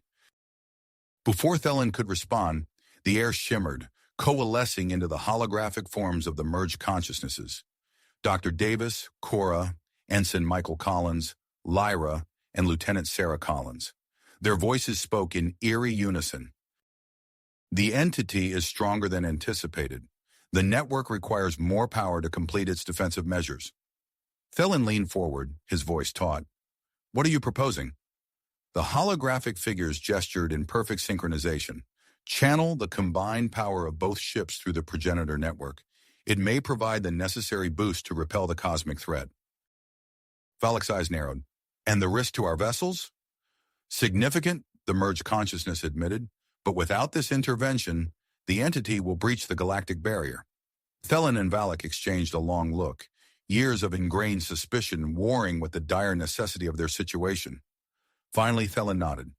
"We have no choice. Sub-Commander, let's prepare our ships." The next hours passed in a blur of frantic activity.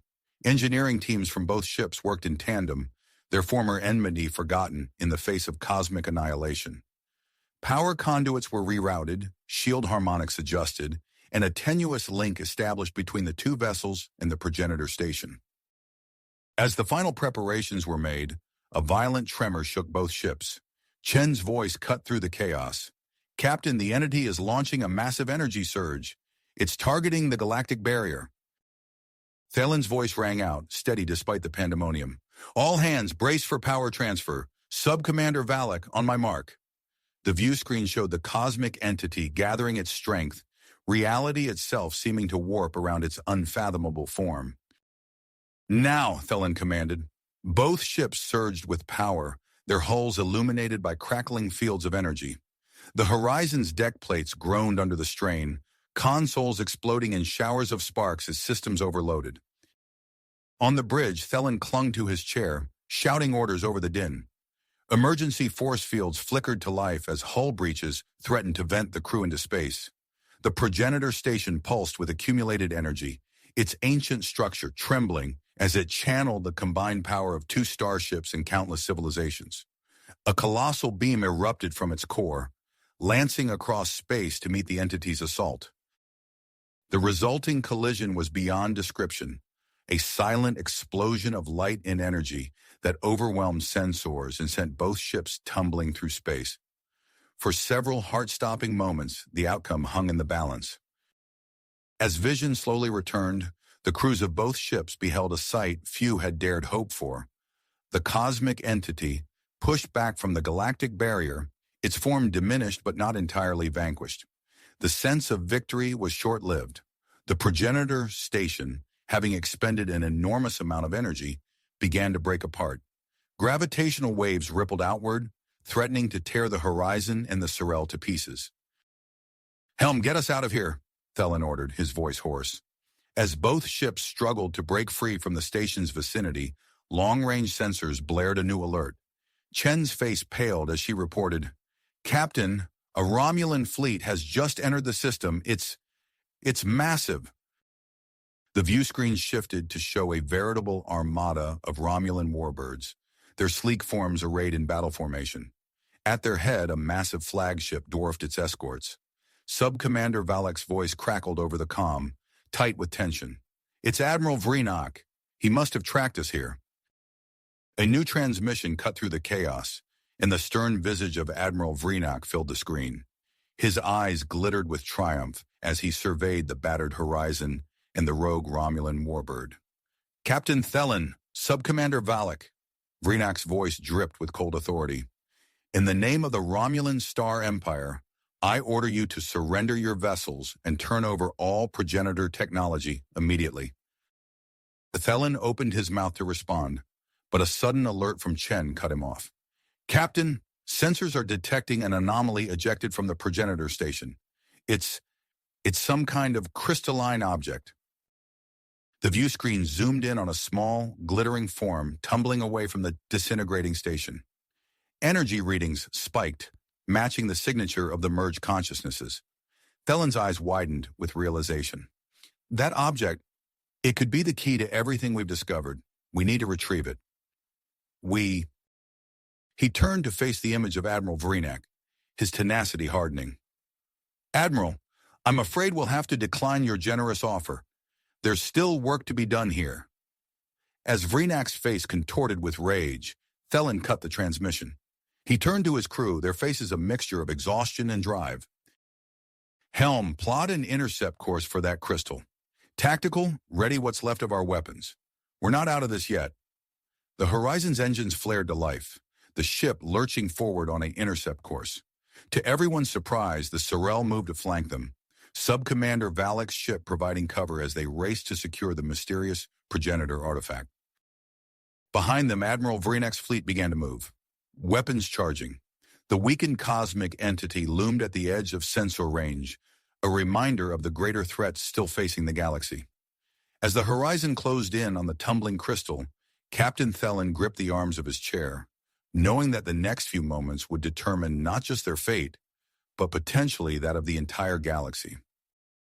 The crystal's energy signature pulsed with increasing intensity, drawing the attention of both the Horizon and the Sorel as they raced to intercept it. Suddenly, a massive gravitational wave erupted from the destabilizing progenitor station, catching both ships off guard. The Horizon shuddered violently, consoles exploding in showers of sparks as the wave slammed into its hull. "Structural integrity down to 47%, Chen shouted over the cacophony of alarms. In engineering, Chief Engineer Kowalski fought to keep the warp core stable as power fluctuations cascaded through the ship's systems. Captain, the core's going critical. I'm initiating emergency shutdown procedures. Thalen's antennae twitched with growing concern. He tapped his communicator, his voice steady despite the chaos. Bridge to all hands, prepare to abandon ship. This is not a drill. As the evacuation order echoed through the corridors, crew members rushed to the escape pods.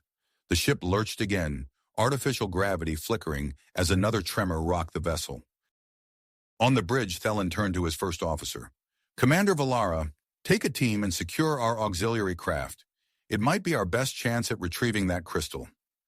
Valara nodded sharply, already moving towards the turbolift. Aye, Captain. We'll take the Rhine. As Valara's team made their way to the shuttle bay, the view outside the Horizon's windows became a maelstrom of debris and energy discharges. The Romulan warbird Sorel, its hull streaked with plasma fires, began jettisoning escape pods of its own. In the shuttle bay, Valara found Lieutenant Commander Grax already prepping the runabout USS Rhine for launch. The small craft's systems hummed to life, its progenitor-enhanced shields glowing faintly as they powered up. Status report, Valara demanded as she strapped herself into the co-pilot's seat. Grax's fingers danced across the controls. All systems operational, Commander. The progenitor upgrades are holding steady. A violent tremor shook the shuttle bay as the team sealed the Rhine's hatch. Through the view screen, they watched in horror as a secondary explosion tore through the Horizon's engineering section. We're out of time, Valara said grimly. Grax, get us out of here.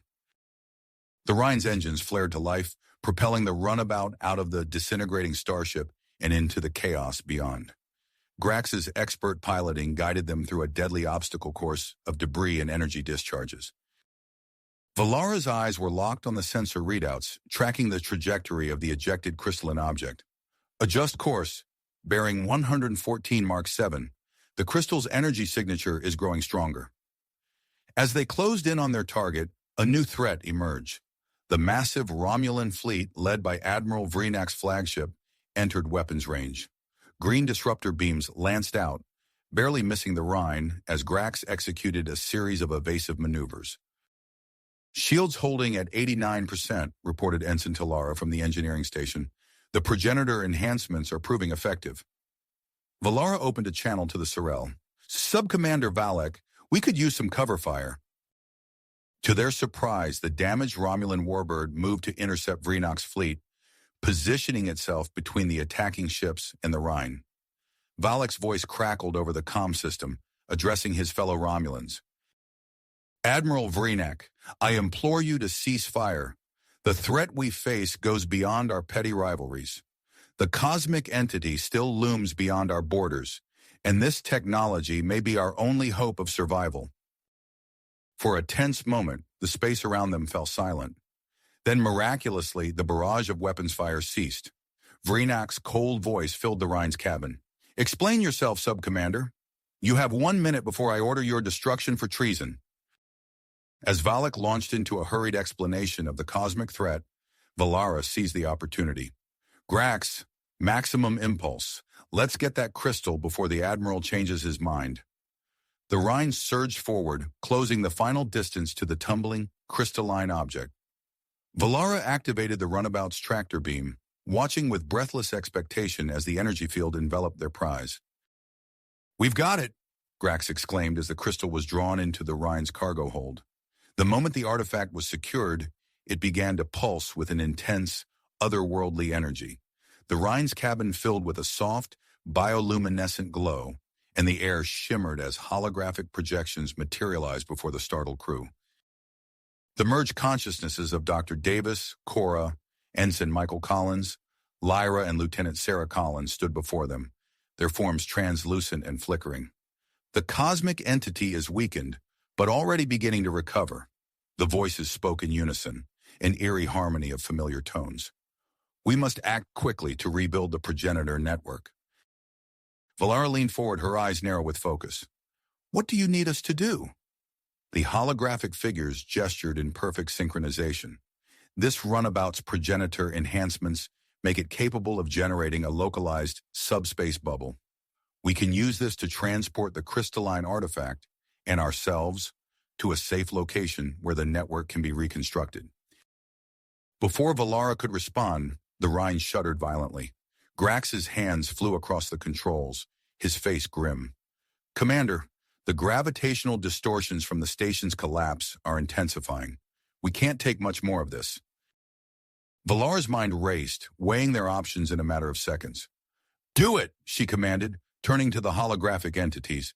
"Generate the subspace bubble. It's our only chance." Energy tendrils extended from the crystalline artifact, interfacing directly with the Rhine's systems. The runabout's power levels surged as the merged consciousnesses began the complex calculations necessary for the subspace transition. Suddenly, a new alert blared through the cabin. Ensign Talara's voice was tight with alarm. "Commander, Admiral Vreenak's flagship has locked a tractor beam on us."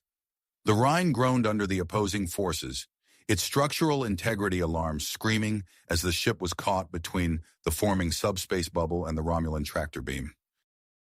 "Divert all power to the bubble generation," Valara ordered, her voice steady despite the growing chaos. "Even if it means burning out life support, we have to break free." The crystalline artifact pulsed with increasing intensity, drawing power from the runabout and, remarkably, from the tractor beam itself. The cabin temperature rose sharply as life support systems failed, and warning klaxons blared from every console. Just as it seemed the Rhine would be torn apart, a flash of green light erupted outside the viewscreen. Sub-Commander Valak's warbird had opened fire on Vreenak's flagship, disrupting the tractor beam. The sudden release of energy sent a massive power surge through the Rhine systems. Consoles exploded in showers of sparks, and for a moment, it seemed as if they had escaped one death only to face another. But in that final, crucial moment, the subspace bubble fully formed around the runabout. There was a blinding flash of light, a sensation of utter weightlessness, and then the Rhine, along with its crew, the crystalline artifact, and the merged consciousnesses of their transformed comrades, vanished from normal space. They hurtled through the unknowable depths of subspace, their destination a mystery even to themselves. In the chaotic aftermath, Admiral Vreenak's fleet moved to retrieve the scattered escape pods from both the Horizon and Valak's warbird. The cosmic entity, though wounded, pulsed with renewed energy beyond the galactic barrier, a stark reminder that the greatest threat still loomed. As the Rhine streaked through subspace, its systems barely functioning and its crew clinging to consciousness, Commander Valara could only hope that wherever they emerged, it would provide the key to saving not just themselves, but the entire galaxy. The runabout's hull groaned under the strain of subspace travel, a sound that seemed to echo the uncertainty of their fate and the challenges that still lay ahead. Ahead, the runabout's hull groaned under the strain of subspace travel, a sound that seemed to echo the uncertainty of their fate and the challenges that still lay ahead. Suddenly, the Rhine lurched violently, throwing its occupants against their restraints. A brilliant flash of light filled the cabin, momentarily blinding the crew. When their vision cleared, they found themselves adrift in unfamiliar space, the swirling chaos of subspace replaced by a serene starfield. "Report," Commander Valara called out, her voice hoarse from the ordeal. Lieutenant Commander Grax's fingers danced across the flickering console. "We've emerged in the Alpha Quadrant, Commander. Sensors indicate we're in an uninhabited star system." The Rhine system sparked and sputtered, consoles dimming as power fluctuations rippled through the vessel. Acrid smoke filled the air, and warning klaxons blared incessantly. "Life support is failing," Ensign Talara announced, her Vulcan composure strained. "Power reserves at critical levels. We have approximately 20 minutes of breathable atmosphere remaining." Valara unstrapped herself, moving to assess the damage firsthand. "Grax, see if you can reroute power to essential systems. Talara, start working on a way to boost our distress signal." As the crew scrambled to save their failing ship, the crystalline artifact in the cargo hold began to pulse with an otherworldly energy. Tendrils of light snaked through the Rhine's circuitry, interfacing with the remaining functional systems. "Commander," Grax called out, his eyes wide with surprise. "The artifact? It's initiating some kind of emergency repair sequence." The runabout system surged to life, holographic displays materializing throughout the cabin. The artifact's energy signature fluctuated wildly. And before the astonished eyes of the crew, two distinct humanoid shapes began to coalesce in the center of the cabin. The energy forms solidified, revealing two figures that seemed both familiar and alien. The male figure bore the features of both Dr. Tyler Davis and Ensign Michael Collins, while the female form was a striking blend of Cora and Lyra. "Greetings," the male figure spoke, his voice a harmonic blend of Davis and Collins. "We are Ty Collins and Kalira, physical manifestations of the merged consciousnesses within the artifact." Kalira stepped forward, her movements fluid and graceful. "We've used the progenitor technology to create temporary physical bodies. This will allow us to interact directly with you and the ship's systems." Without wasting a moment, Ty Collins moved to a nearby console, his hands seeming to phase through the controls as he interfaced directly with the ship's computer. "Your life support systems are critically damaged.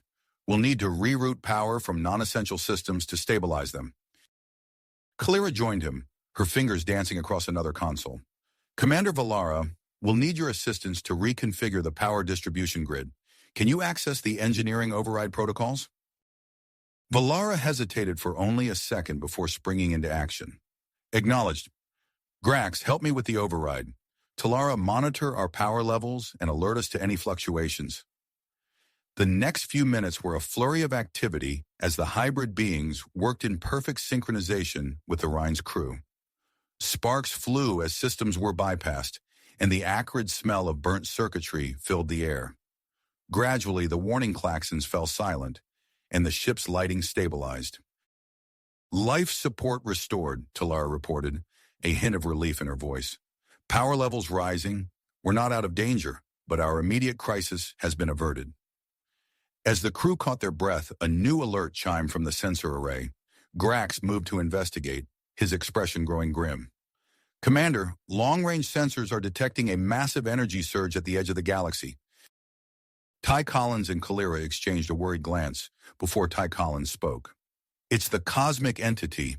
It's partially recovered from our earlier confrontation and is now probing the weakened galactic barrier." Kalira's eyes glowed with an inner light as she accessed the sensor data. "We have limited time before it breaches the barrier. We must act quickly to reconstruct the progenitor network." "What do you propose?" Valara asked, her antennae twitching with anticipation. Ty Collins gestured to the runabout around them.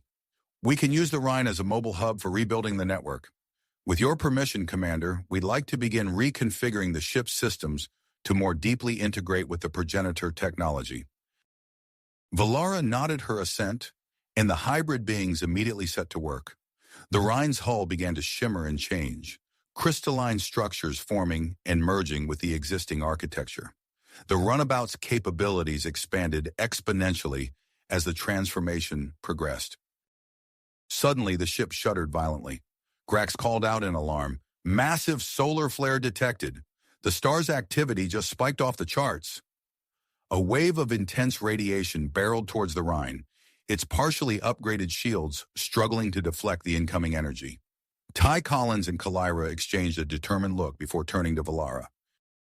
"Commander," Kalira said urgently, "we need to physically merge with the ship's hull to reinforce the shields. It's the only way to survive this level of radiation." Without waiting for a response, the hybrid beings' forms began to blur and expand. They flowed into the very structure of the Rhine, their energy intertwining with the ship's systems at the molecular level. The solar flare struck with devastating force, bathing the Rhine in a sea of deadly radiation. The ship's structure groaned and shifted, the merging of progenitor and Starfleet technology accelerating under the intense energy bombardment. As the radiation storm subsided, the Rhine emerged utterly transformed. Its size had nearly doubled, and its appearance now seamlessly blended Starfleet design with the crystalline aesthetics of progenitor technology. Ty Collins and Kalira separated from the ship's structure, their physical forms now more defined and stable. The crew stared in awe at the newly transformed vessel and its hybrid companions. Before anyone could fully process the extent of the changes, a new alert sounded. Grax's hands flew over the controls, his eyes widening. "Commander, I'm detecting a faint subspace signal. Starfleet frequencies. It's coming from a nearby system." Valara straightened, her willpower evident in her voice. "It could be survivors from the horizon. Set a course, maximum speed. Whatever this ship has become, it's time to put it to the test. As the Rhine's new engines hummed to life, propelling them towards the source of the mysterious signal, the crew couldn't help but feel a mix of hope and trepidation. They had survived one crisis, but the challenges ahead, rescuing potential survivors, rebuilding the progenitor network, and facing the cosmic entity, loomed large on the horizon. The transformed runabout streaked through space, its crystalline hull glittering among the stars, carrying within it the hopes of not just its crew, but potentially the entire galaxy. The transformed runabout streaked through space, its crystalline hull glittering among the stars, carrying within it the hopes of not just its crew, but potentially the entire galaxy. As they approached the source of the mysterious signal, Commander Valara's voice cut through the tension-filled silence. Prepare for atmospheric entry. Grax, run a full sensor sweep of the planetoid. I want to know what we're dealing with before we land. The Rhine sensors, now augmented by progenitor technology, penetrated the planetoid's dense atmosphere with ease. Data streamed across the holographic displays, painting a picture of the world below. Commander, Grax reported, his eyes widening at the influx of information, I'm detecting multiple life signs on the surface. They appear to be clustered around a central location. There's also a significant debris field in orbit. Valara leaned forward, her antennae twitching with anticipation. Survivors from the horizon? Likely, Grax confirmed. But there's more. I'm picking up Romulan life signs as well. The crew exchanged worried glances. Ty Collins stepped forward, his hybrid form shimmering slightly as he interfaced with the ship's systems. The debris field suggests a recent battle. We should proceed with caution. Kalera nodded in agreement. We can use the Rhine's enhanced cloaking capabilities to approach undetected. It should buy us time to assess the situation on the ground. Valara made her decision quickly. Make it so. Take us in, nice and easy. The Rhine descended through the planetoid's turbulent atmosphere, its new hull configuration effortlessly dispersing the heat of entry. As they broke through the cloud cover, the true scale of the situation became apparent. Below them stretched a vast, rocky plain, dotted with the wreckage of escape pods and ship fragments. In the center of this debris field, a makeshift camp had been erected, a patchwork of Starfleet and Romulan technology cobbled together for survival. There, Talara pointed to a clearing near the camp. That appears to be the most suitable landing site. As the Rhine touched down, kicking up a cloud of dust, Valara turned to her crew. Grax, you're with me. Ty Collins, Kalera, your unique abilities might be crucial down there. Talara, maintain communication with the ship and monitor for any approaching vessels. The landing ramp descended, and the team stepped out onto the alien world. The air was thin but breathable, and the gravity slightly lighter than Earth normal. As they approached the camp, figures emerged from the hastily constructed shelters, a mix of Starfleet and Romulan uniforms evident among them. A familiar face pushed through the crowd. Lieutenant Rhea Chen from the horizon, her uniform tattered but her stance resolute.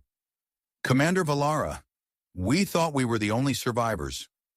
Valara clasped Chen's arm in relief. It's good to see you, Lieutenant. What's the situation here? Before Chen could respond, a tall Romulan stepped forward, his bearing proud despite the dire circumstances. I am Sub-Commander Valak. My ship was destroyed in the battle against the cosmic entity. We have formed an uneasy alliance with your people for the sake of survival. Grax's hand instinctively moved towards his phaser, but Valara held up a hand to stay him. We're all in this together now, Sub-Commander. The threat we face is far greater than any conflict between our people. Valak nodded, his eyes narrowing as he took in Ty Collins and Kalera's unusual appearances. And what manner of beings are these? Ty Collins stepped forward, his voice a harmonious blend of his composite selves. We are the result of a merger between your comrades and progenitor technology. We may hold the key to defeating the cosmic entity. A murmur rippled through the gathered survivors. Kalera raised her hand, projecting a holographic display of the planetoid. We've detected faint energy signatures beneath the surface. There's a strong possibility of a hidden progenitor facility here.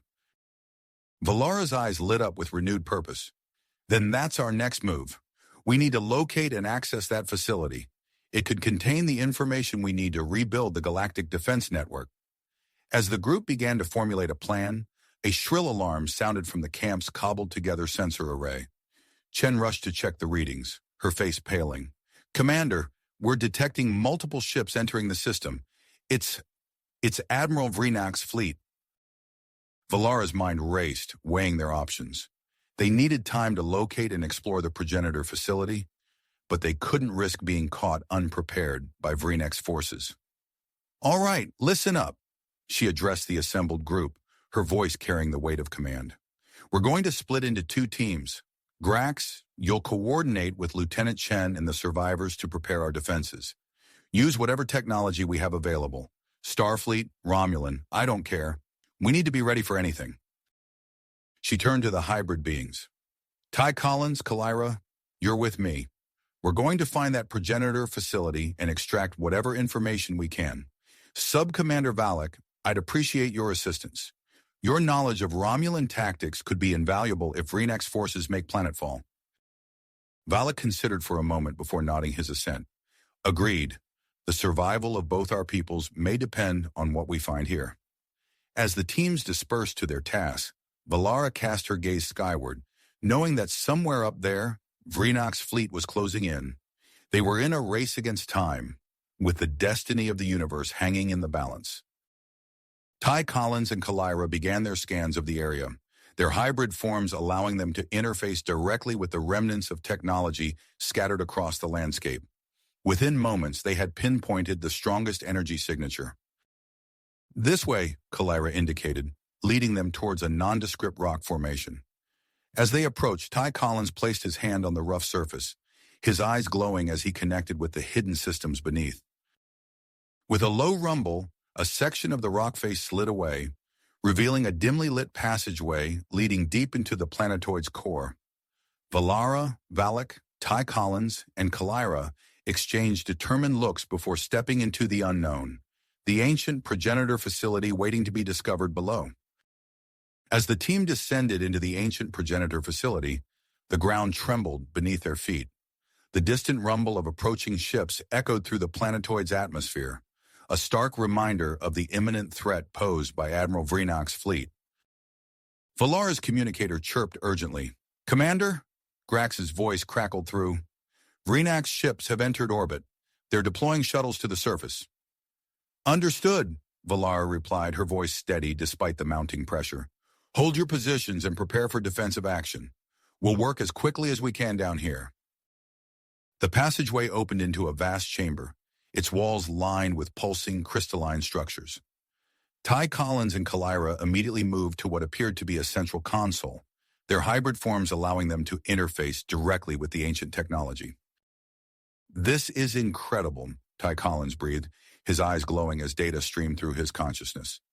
"The facility contains a complete blueprint of the progenitor defense network." Kalira nodded, her form shimmering as she processed the information. "We can use this to rebuild the entire system, but we'll need a powerful enough vessel to serve as a central node."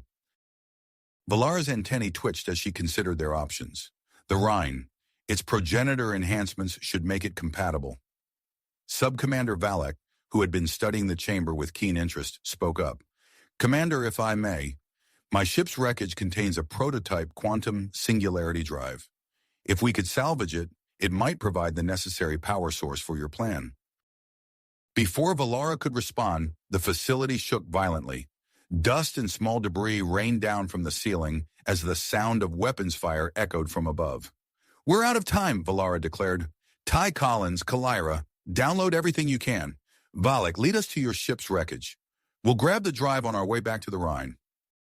As they worked feverishly to extract the progenitor data, the sounds of battle grew closer. Valara's communicator crackled to life once more. "Commander!" Grax's voice was strained, the sound of phaser fire in the background. "Vrenak's forces have breached our perimeter. We can't hold them off much longer." "Fall back to the Rhine," Valara ordered. "We're on our way." With the data secured, the team raced back through the facility's winding corridors. They emerged into chaos, the night sky lit up by weapons fire and burning debris. Valak led them to his crashed ship, where they quickly located and extracted the quantum singularity drive.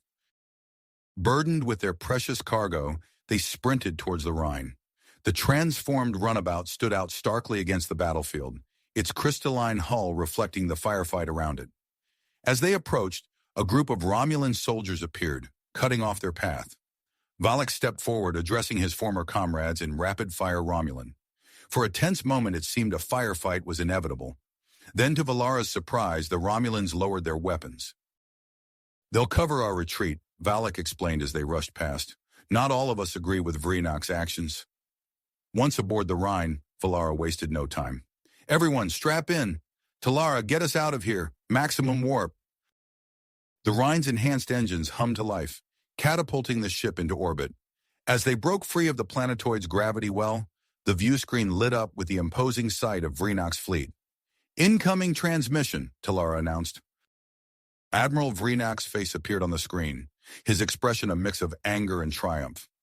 "Commander Valara, you are ordered to stand down and surrender immediately. You cannot hope to outrun my entire fleet."